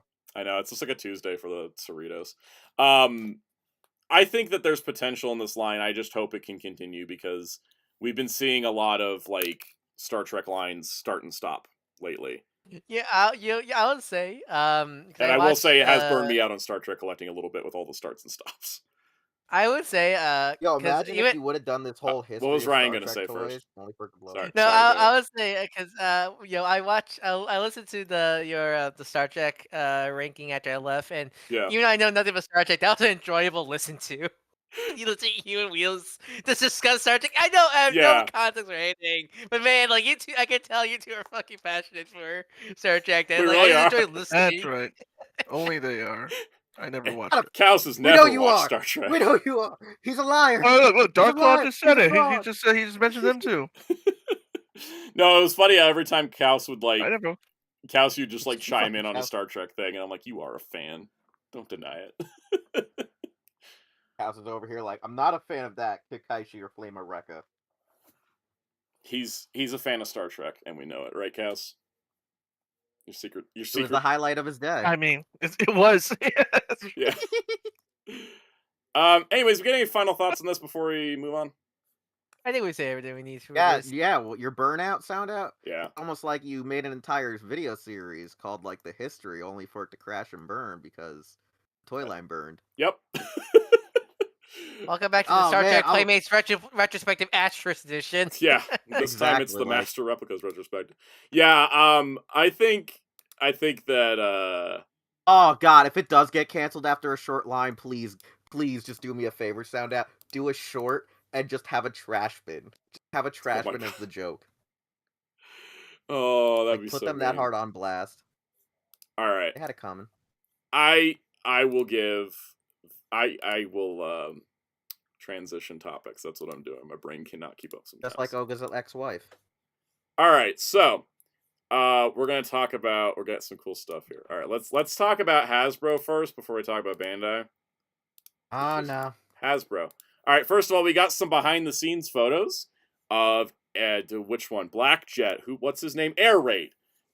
Sorry, I don't remember Superion's limb names. Mark Clonis, of course. He's the coolest one. Mark, designer. He is, yes, AR Master Replica does do Doctor Who figures. But they're static figures and articulated. Anyways, Jerry's now a Who fan. I heard that. Ooh. I heard that. Who? Jerry's Yeah, now where did his, that like, come from, Jerry? Yeah, it was Jerry. It was Jerry. Jerry was like, "Woo!" Well- like when as soon as he said, Does Jerry know Doctor Who? I does. told you my mom grew up with it, right? Yeah. Is this yeah. another My mom cast did that's too. not a fan? Maybe Kaus knows This is more another than he one of remembers. those. Is Kaus a Oh, yeah, Time it's Lord, and always. that explains the like? I watched Kikaishi. I didn't watch Kikaishi. Maybe. No, Uh, we don't. No. Secret Chaos is a Time Lord, and he has different personalities. Well, that's not Well, even a that's secret. already a given. Yeah. Each personality just remembers something different. That we. It's funny. You're not even wrong. Right, Wheels. He's not even wrong. That's He's actually really not wrong. that's He's actually really not medically wrong. correct. Your mild case of schizophrenia is always amazing. Anyways, here's Air Raid. He looks nice. I didn't really have any thoughts. I was Does just it like, come with a siren? He just jet dude. no, but he should. He's got some pretty. I mean, its name is Air Raid, right? It's Have true. Air Yeah, Raid he should siren. have a siren. He has some bomb ass ankles.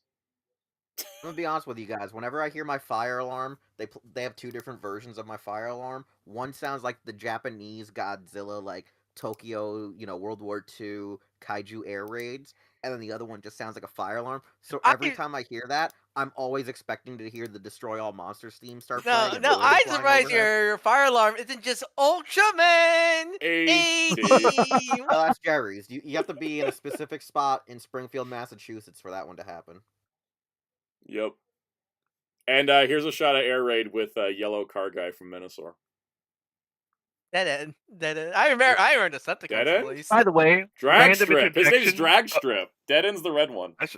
No, whoops. Never mind. Random interjection about that fire company. Yes. The building is no longer a fire place, but it's still being used. But now it's a boxing gym. Oh. Randomly. That's So cool. you see boxers training with like fire equipment for still there. I don't know why, but I imagine when like they're on break, they're on the fireman's pole pretending they're strippers. Yeah, those poles. Yeah. If you ever go in there and find a blind lawyer, then you know Daredevil's in your town. The other bit of Hasbro news is you guys remember Maximum Spider-Man? Yep. He went up for pre-order. Yeah, He's $50, Boy. which is exactly what I expected him to be. Man, what? The thing that looks like a $50 item is a $50 Until you get item? drifted out of it, right? What a shocker! Yep. I was telling Jerry about this. Like, I was finding so many Marvel grifters last night where I was getting videos suggested going, why you shouldn't get this? And they're all guys that always buy and just resell their collection. And I'm just like, why do you care? I saw one video that had like the thumbnail was like, this is the end of the toy industry. And then it was like, oh god. And then there was another one. This is the other one. There was the other one that was like, are you gonna buy this or are you gonna be on the wrong side of history? And I'm just like, my god, it's a Spider-Man toy. Spider-Man toy. My favorite too is the one guy who did that. I've never heard of this guy at all. And I was just like, why do you just look like you're related to that one Star Wars guy that we always make fun of with Super 7? Yeah. No, as Falcon Sec said, the number of people expecting to be 35 was astounding. I don't know what world people live in when they think that. People bring up the Black Widow. They forget that it was a Target exclusive. They paid for that figure. It was a Target exclusive, and every one of her accessories was reuse. And parts of her body were reused. The gauntlets were reused. The belt was reused. She had 2 new heads and a new body. Everything else already existed. Whereas everything on this Spider-Man is brand new. Yeah, I said before on the Discord, but like, if this was just a Renew Your Vows figure with a new head and new accessories, I can understand some of the outrage. But they literally said this is a new sculpt. Like, yeah, and you look at side by side, it is new. I much prefer the proportions of this figure over the Renew Your Vow figure. 100% new sculpt, 100% new accessories. Really? All the web lines are sculpted and painted and stuff, and this is like $50. Like, and did people forget that the Spider-Man 2 Spider-Man was $35 and had no more accessories than a standard figure did? Yeah. I mean, like, compared, I mean, like, really, like, you compare it to the Mayfex, it comes with about the same stuff, It comes with more stuff than the Mayfex does. The Mayfex doesn't come with the rolled down gloves.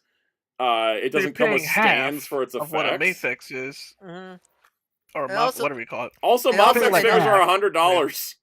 Yeah, exactly. You're paying half for. And also, it looks normal when you stand still, unlike the Amazing Yamaguchi. Yep. Falcon's Tech said, what makes sense for Hasbro to charge and what one is willing to spend are two different things that most people are incapable of distinguishing between. Exactly. Like, do I want to spend $50 on this? No, of course I'd want it to be cheaper. But is $50 reasonable? And you look at Hasbro as a company and also, you know, like, the business? Yeah, 50 makes sense. And Disney licensing also. For once, this is one Not of those just Disney times licensing, also don't forget the Sony tax, because Spider- Sony gets Spi- 25% of all Spider- Spider-Man merch. Yeah, Oh, they do. Yeah. Guys, don't forget, this is the first time the corporation actually put it in a price that is reasonable.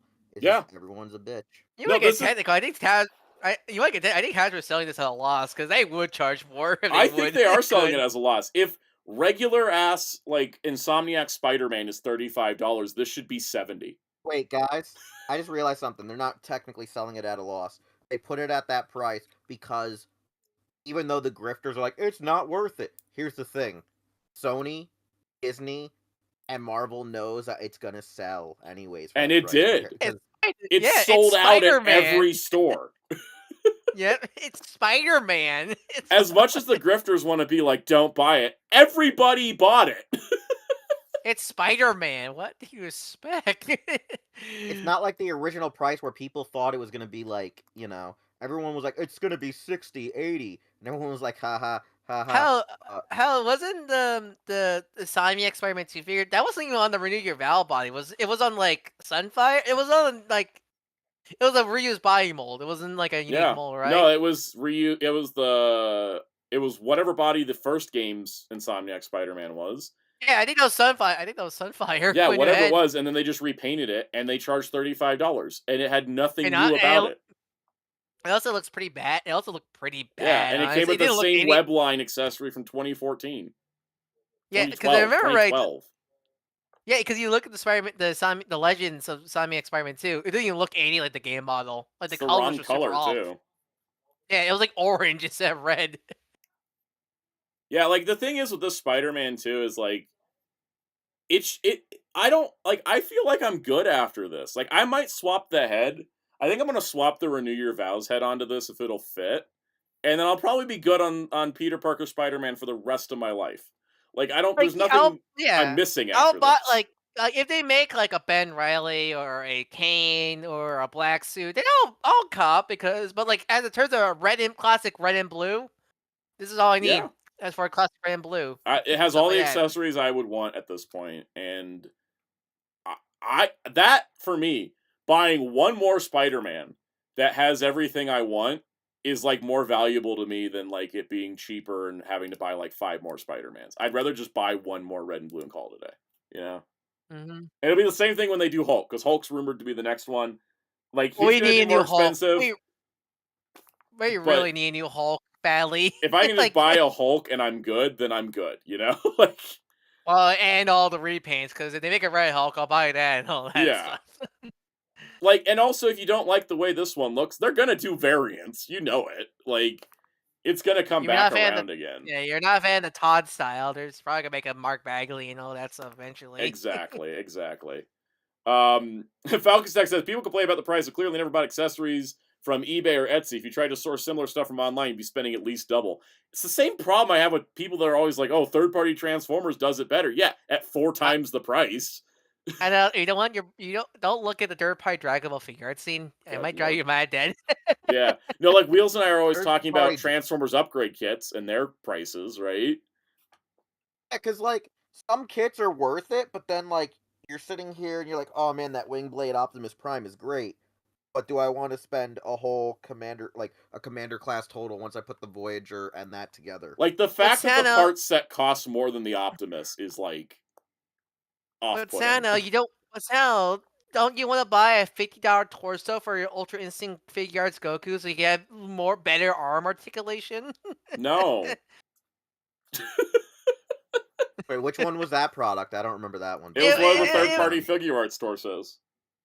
Yeah, it was like a torso for Ultra Instinct Goku. They gave him like amazing Yamaguchi-style arm joints and such like that. Okay. I spent $35 on a Boom Boom Champion jacket for my Boon Red figure art, and I felt like that was actually worth it, because I'm like, that's probably what Bandai would charge if they sold a jacket. It's like that time I bought the light-up head for one of the riders, and I don't remember which rider it was, because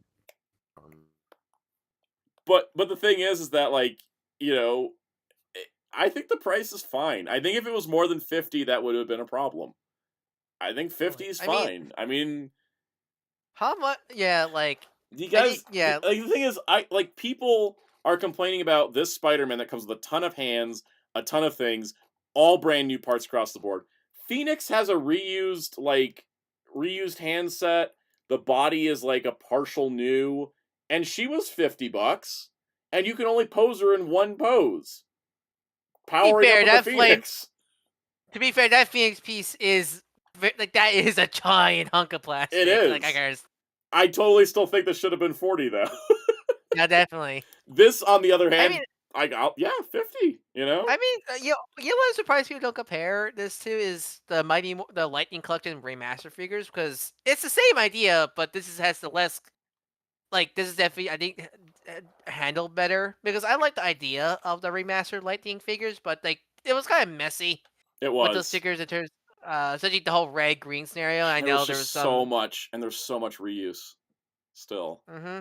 Yeah, and also they made so many versions of those exact same costumes in a row, whereas we haven't had a red and blue classic Spider-Man that's comic based in a bit.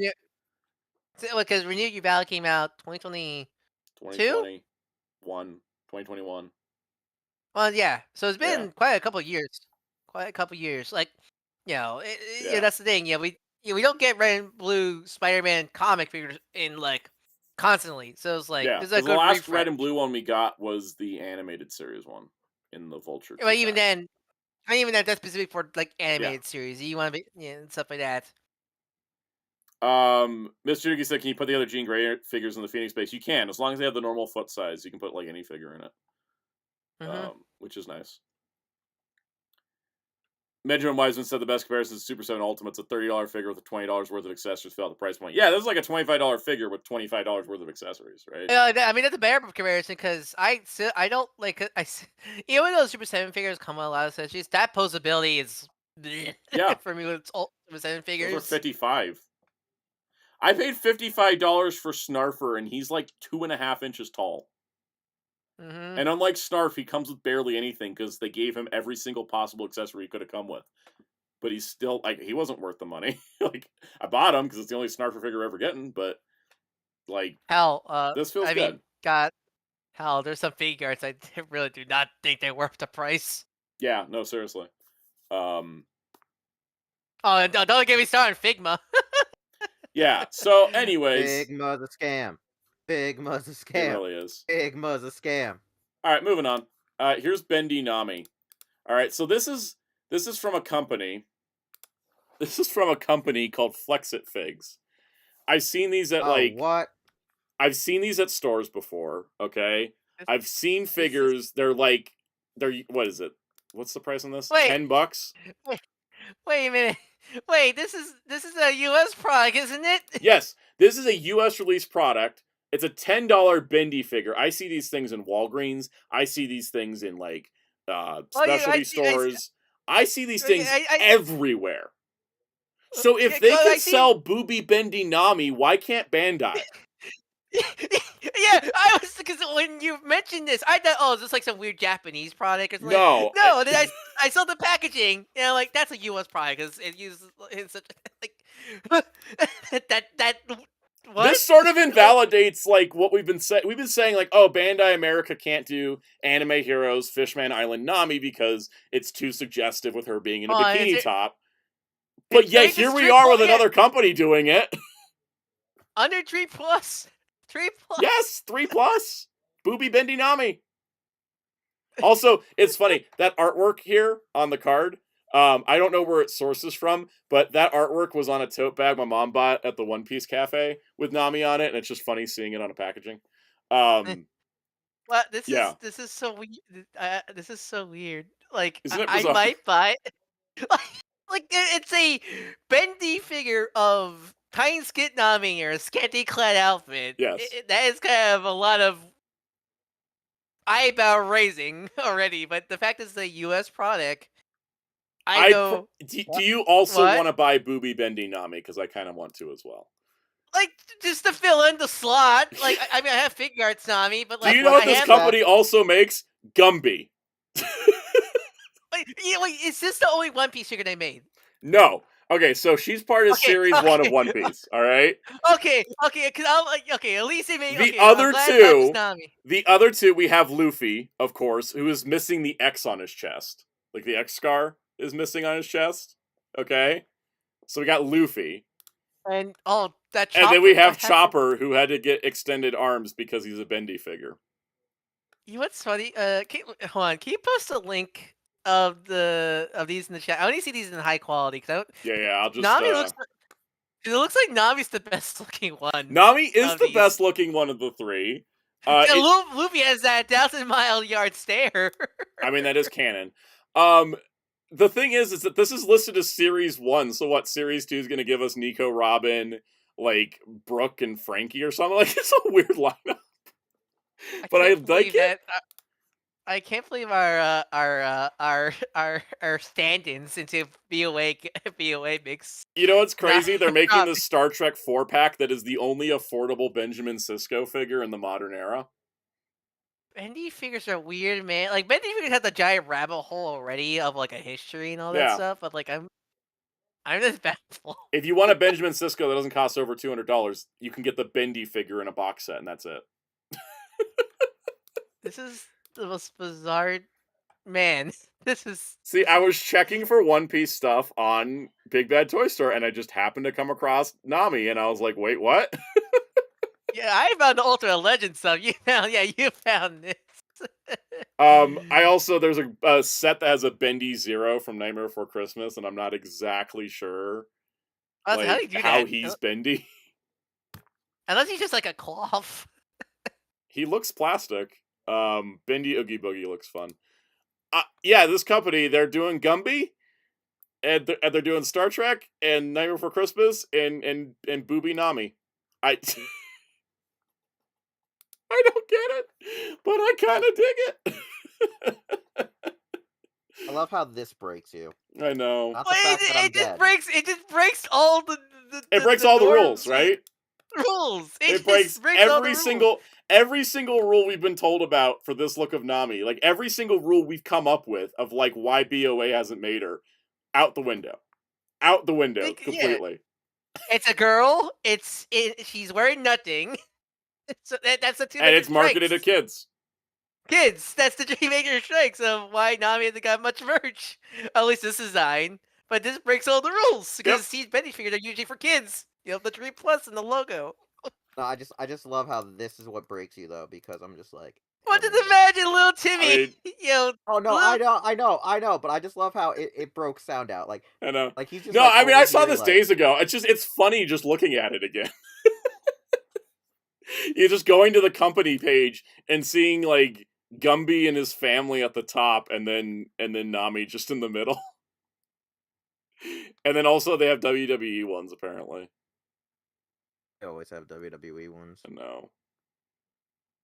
You're over here like, why is Wheel surprised? Me. Oh well, these guys also made like Red Sonja before. Like Spider-Man's Prime, Spider-Man Prime says into parents complain, but here's the thing: usually they do all the parent stuff in like testing. Yeah, like, it's all focus groups and stuff. If it makes it to market, it's usually already like fine. Yeah. Like somehow focus groups didn't deny this figure being published.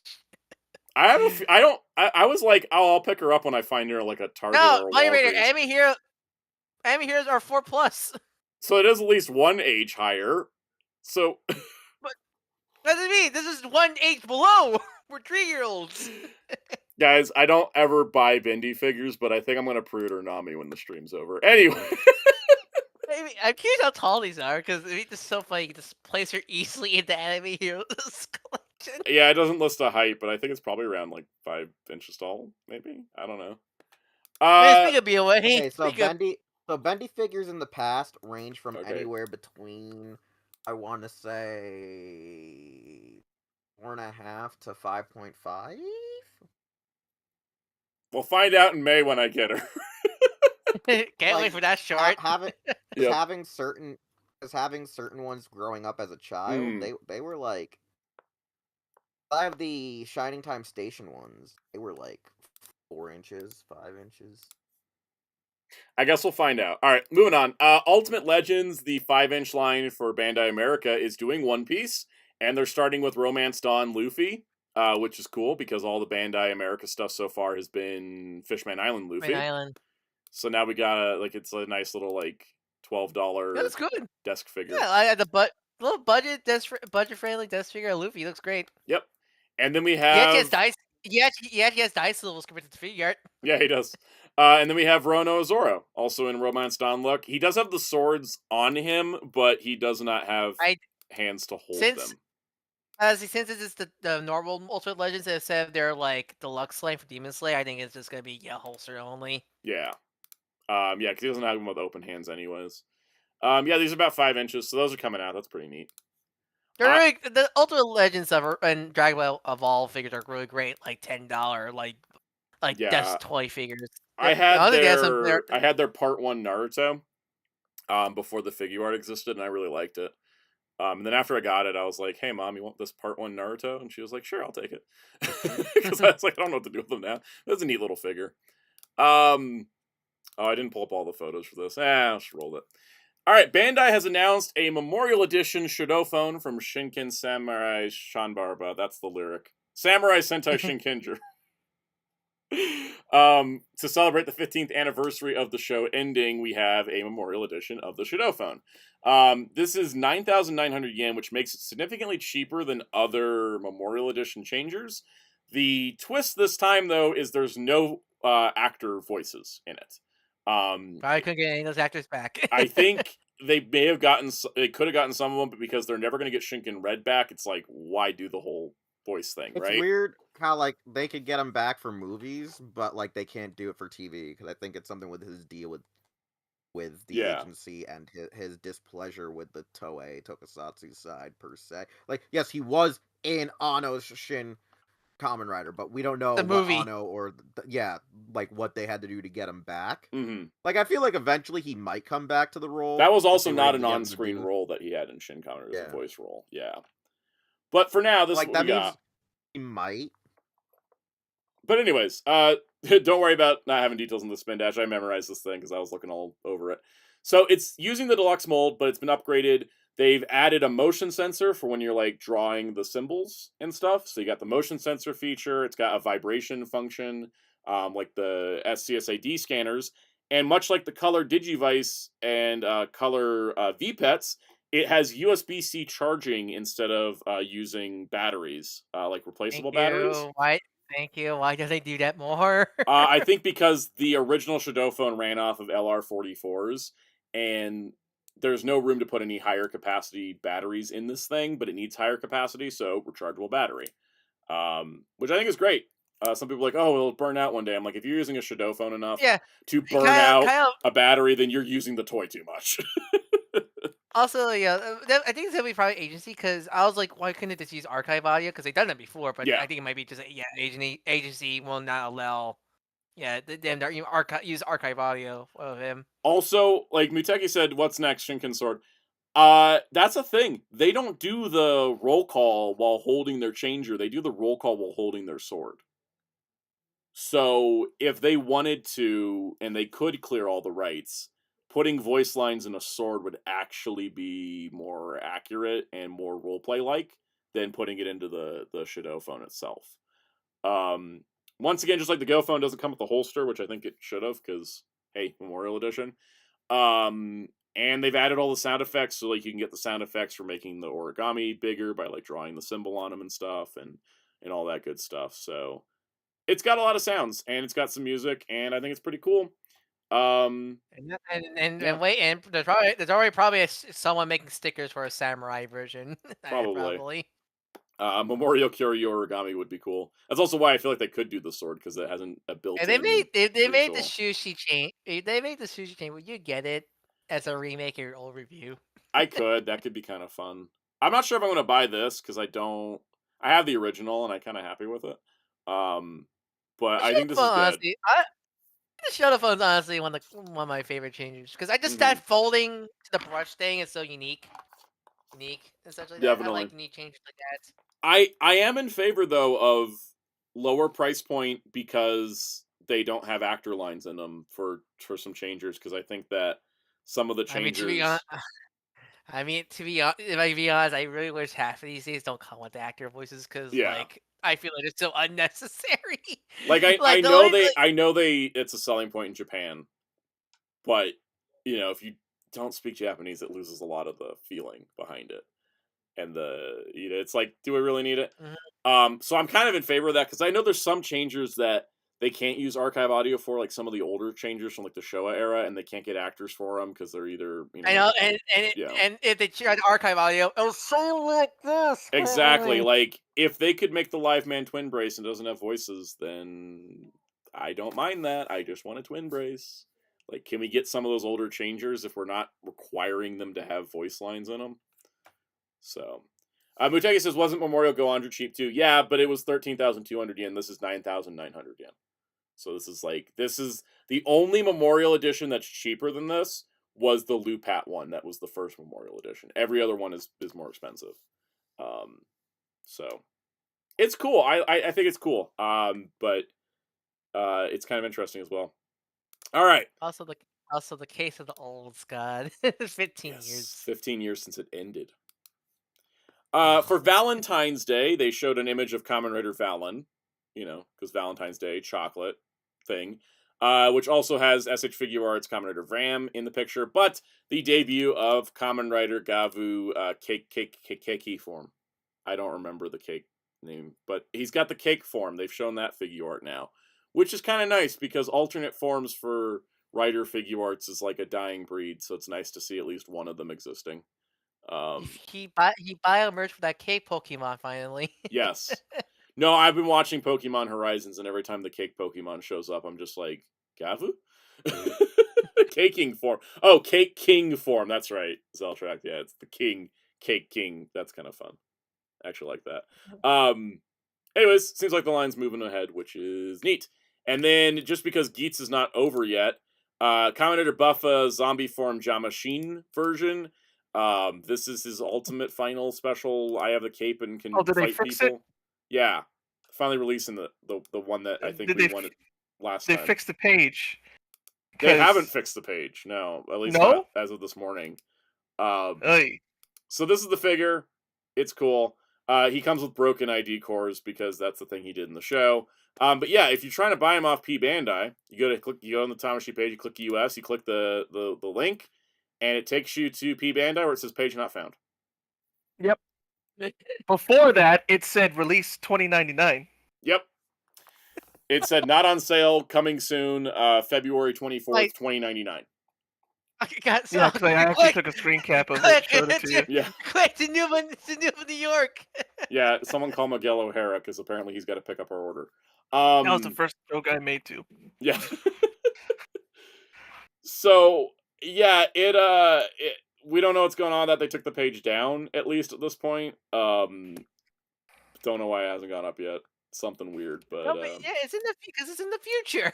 It's in the future. Okay, Kyle says, "Welcome back, that one Lightning Collection figure." Yeah, that's right. That happened on Target, I think. It's like it'll come out. for Century Red, right? Yeah, Century Red. Yeah.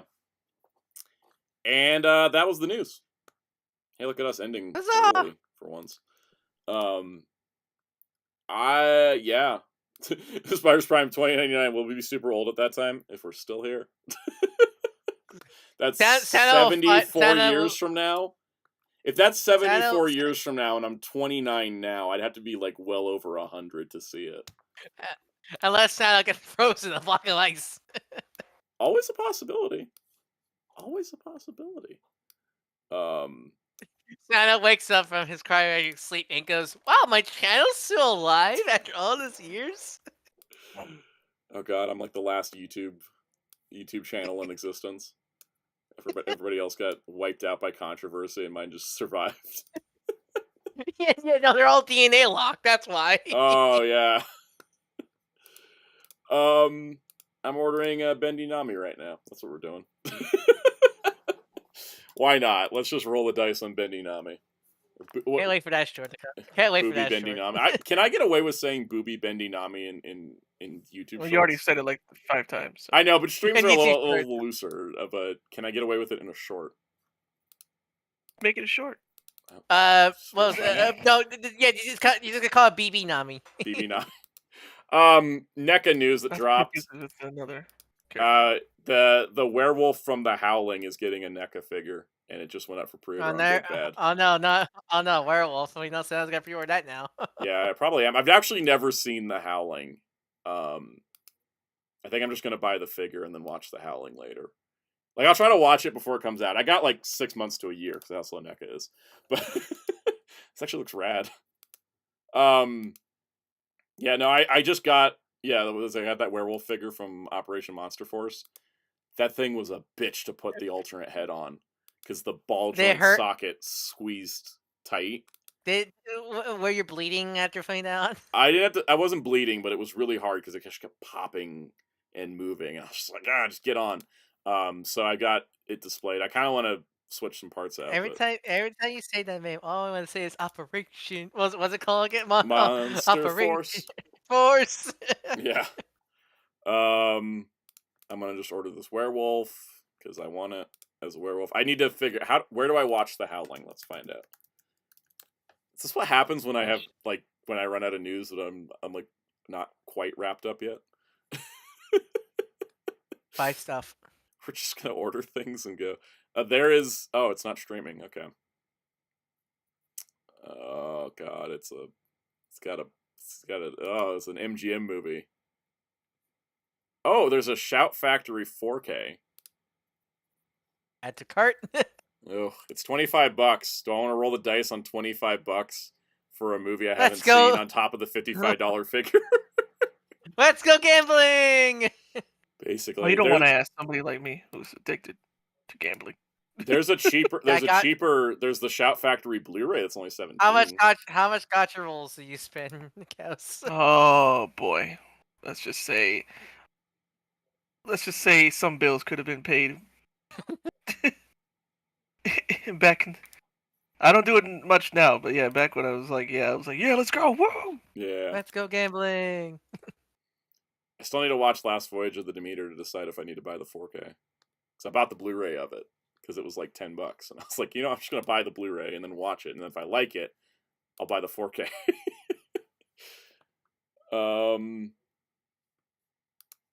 Wait, did Amazon actually finally restock base form Broly? Oh no, it's a third-party seller. Oh, what for superhero? The super Broly base form for Dragon Stars. Figure art? The Dragon Stars. You mean Rap State because that's totally not Rap State. Yeah. I just wanted that one instead of the super bulked up one.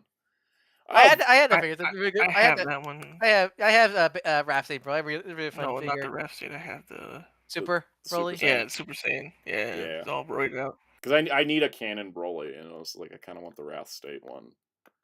It's a good one. We're a good figure. Psycho said, "What's the videos for the week?" Okay, so if you guys can imagine me pumping what was it?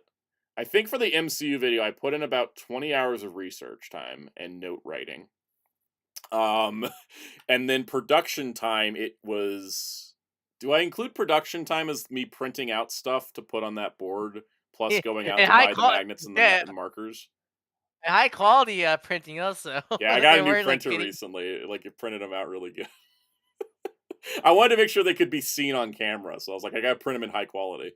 That board's still set up as is. I haven't cleaned it up yet. So we include the time I spent. You should hang that up as a memorial. That could be fun.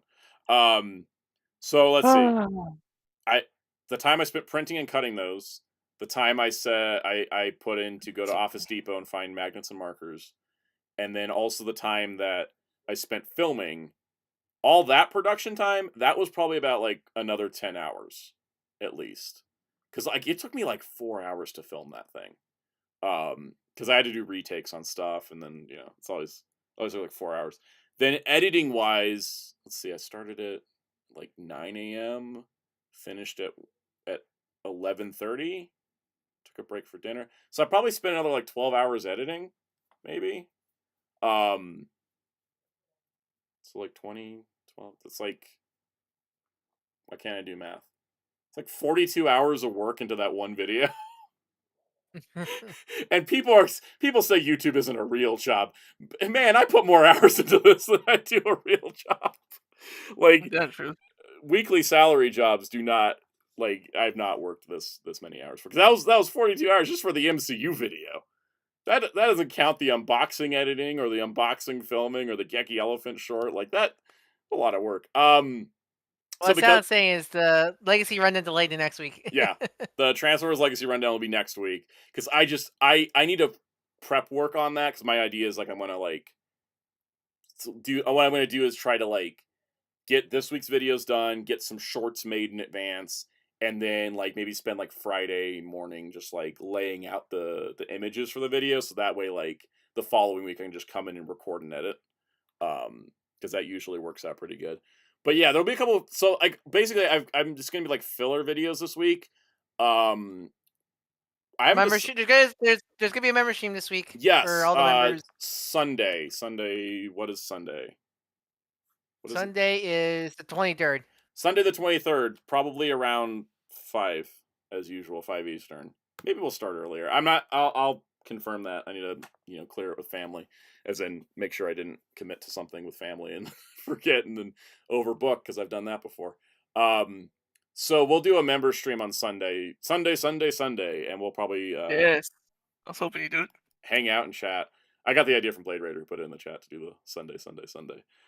So we'll do a member stream on Sunday, which will be fun. And then this week's video, so I got tomorrow's short is going to be a Radiant Black comic review, because I got the new issue to review. So that's tomorrow's short. Wednesday and Friday, I haven't decided which order they're coming in. I'm going to do... I guess the chat should answer this. This will solve my dilemma. Do you guys want to see a review of Reveltech Junk Warrior and Nendoroid Yusei Fudo, or do you want to see a review of Animego's Bubblegum Crisis and Bubblegum Crash Blu-rays? Whole time. Oh. So those are the two options, and chat can fill in as they want. The other video that's going to be, like, I just want to do, like, one review this week. It'll be either one of those, and I'll probably do the other one next week. Muteki says junk. If Psycho's going with 5Ds. Junk Warrior. Okay, yeah, I'll do Junk Warrior this week. I'll do the Bubblegum ones next week then, because I'm seeing an overwhelming 5Ds. Miss Juki says I want to see a review. I think I'll do both for sure. I just won't do them in the same week. So I'll do Junk Warrior this week, and then next week I'll do Bubblegum Crisis. So, because that's why I was wearing my Bubblegum Crisis shirt, because I got them in. And then Friday's video will be a look back at Shonen Jump's US magazine, because I've wanted to do that for a while. And I have my box of, like, old Shonen Jump magazines, and I thought it'd be fun to go through them again and, like, talk about them and going, like, oh, look at this article, look at this thing, like, oh, here's when this happened. I thought it'd be kind of fun. It's going to be, like, a casual video, so it's, like, low production stuff. And then that'll be Friday's video. Psychos, that video will come out maybe the week after, because I have a big unboxing video as well, but I just did an unboxing, so I don't want to have another unboxing. Wait, BBG? Boom Boomger. Oh, Boom Boomger, okay. I have a Boom Boomger unboxing, but I don't want to do it this week because I just did an unboxing last week. So I'm trying to space out, so I'm not doing similar type content, like, too close together. So yeah, it'll be the Bubblegum. I'm just gonna put it on Bubblegum Blu-rays. So next week it'll be Bubblegum Blu-rays and the Transformers Legacy Rundown. So this isn't a Blu-ray about, like, the history of Bubblegum. What is this? Look, there's a lot of B's going around. A lot of B's and G's going around. We got Booby Bendy Nami, Bubblegum Crisis, Boom Boomger. Like, there's a lot of B's and G's. Sound opens his door and there's just all swarm bees coming in. Boy. Bees, my god. You mean the ultimate Soundout review is the Bee Gees? The Bee Gees. I want to do a review of the Bee Gees.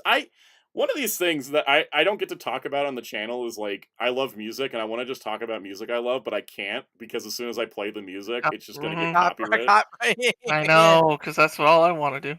I just want to talk about how great Trafalgar Law's theme is from the One Piece soundtrack, but if I don't talk over it, it's probably going to get copyright claimed. But you're going to hear it when I review Figure Arts Law, because that's what I want to use. Oh, Robot said, boom, boom, bubblegum Nami. There we go.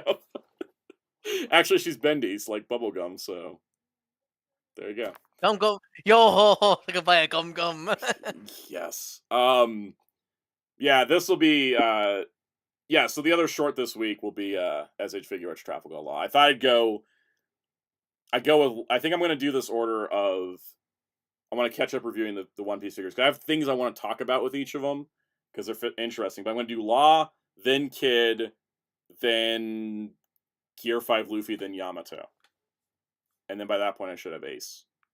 So I'm pushing off Yamato because the balance on that figure in particular is tricky because is his skirt like difficult? The skirt's not the problem, it's the giant, like, what's the rope on the back? Yeah. And so he came with a stand to hold the rope so he doesn't topple over when he's holding the club. So I it's gonna be like I need to like balance out Yamato. Like filming is gonna take longer on Yamato. Filming on Gear 5 is gonna take longer. Law and Kid are a little more straightforward. So that's why the order will be like Law, then Kid, then Luffy, then Yamato. And then that way I've caught up with all the figures I got. Because I don't know if I'm gonna get Onigashima, Zoro, and Sanji. Because like first of all, Zoro was really bad. And the Zoro is horrible. I heard Sanji's pretty decent. Yeah, I heard Sanji's good, but I don't really want Sanji unless they reissue Zoro and he's good. I have Onigashima Luffy's reissue on pre-order though, so there'll be a video on that as well. And I got Ace and Shanks and Romance Dawn Zoro and Egghead Luffy, and I might get Blackbeard. I'm not going to get Kaido though, because I have no place to put Kaido.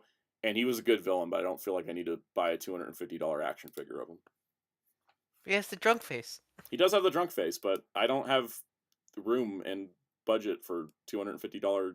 Like, if he was cheaper, yeah. But, like, he's so expensive. It's like, that's an investment figure. And so I got to be really invested in the character. I'll be like, oh, I won't have this one Luffy face. Or I guess I'm missing out on 3 Luffy faces. Yeah. Anyways, I guess that's it for now on stuff. There won't be, with the One Piece shorts as well, they're going to be one a week. They're not going to be like, I'm not going to do like 2 a week. Back to back? Yeah, not back to back. I could, but I'd rather just space it out. So, Kels, what do you do tomorrow? I stream. What do you stream? I stream fighting games. KOF. Yeah. 15. unless it doesn't work, then we play something else. Usually Sparking Zero. Yeah, usually our backup is if the game crashes, we go straight to Sparking Zero, right? Yep. Hey, Wheels. Yeah. What do you want to promote? Is this place called Hero Club? You gotta go check out HeroClub.com. Hero-Club.com. Follow us for all your news, reviews, and more, and interviews. Check out our stuff on YouTube if you don't want to check out the site. Follow us across social media using Hero Club for Life. We stream on Twitch Wednesdays and Fridays at 9 p.m. Eastern. And Soundout, we need to get that Jeff Nimoy interview done. Yep. So, yeah. That's also something I hope to work on this week while I'm not doing the Transformers binge editing. So, Ryan, you're up. Crossy for Tree on YouTube and Blue Sky. Do Archivist like the only CV channel? We want it for the DM me on your Blue Sky or sounds this call. Roll call in the description below. Yeah, I like the speed on that. We'll be back next week, of course. We'll do a member stream Sunday, and then we'll do the normal stream Monday. And yeah, Muteki is so good at Sparking Zero that it made me think I was bad at the game. I just realized that just Muteki was just that damn good. And on that note, yeah, for sure. And on that note, we'll see you all next week.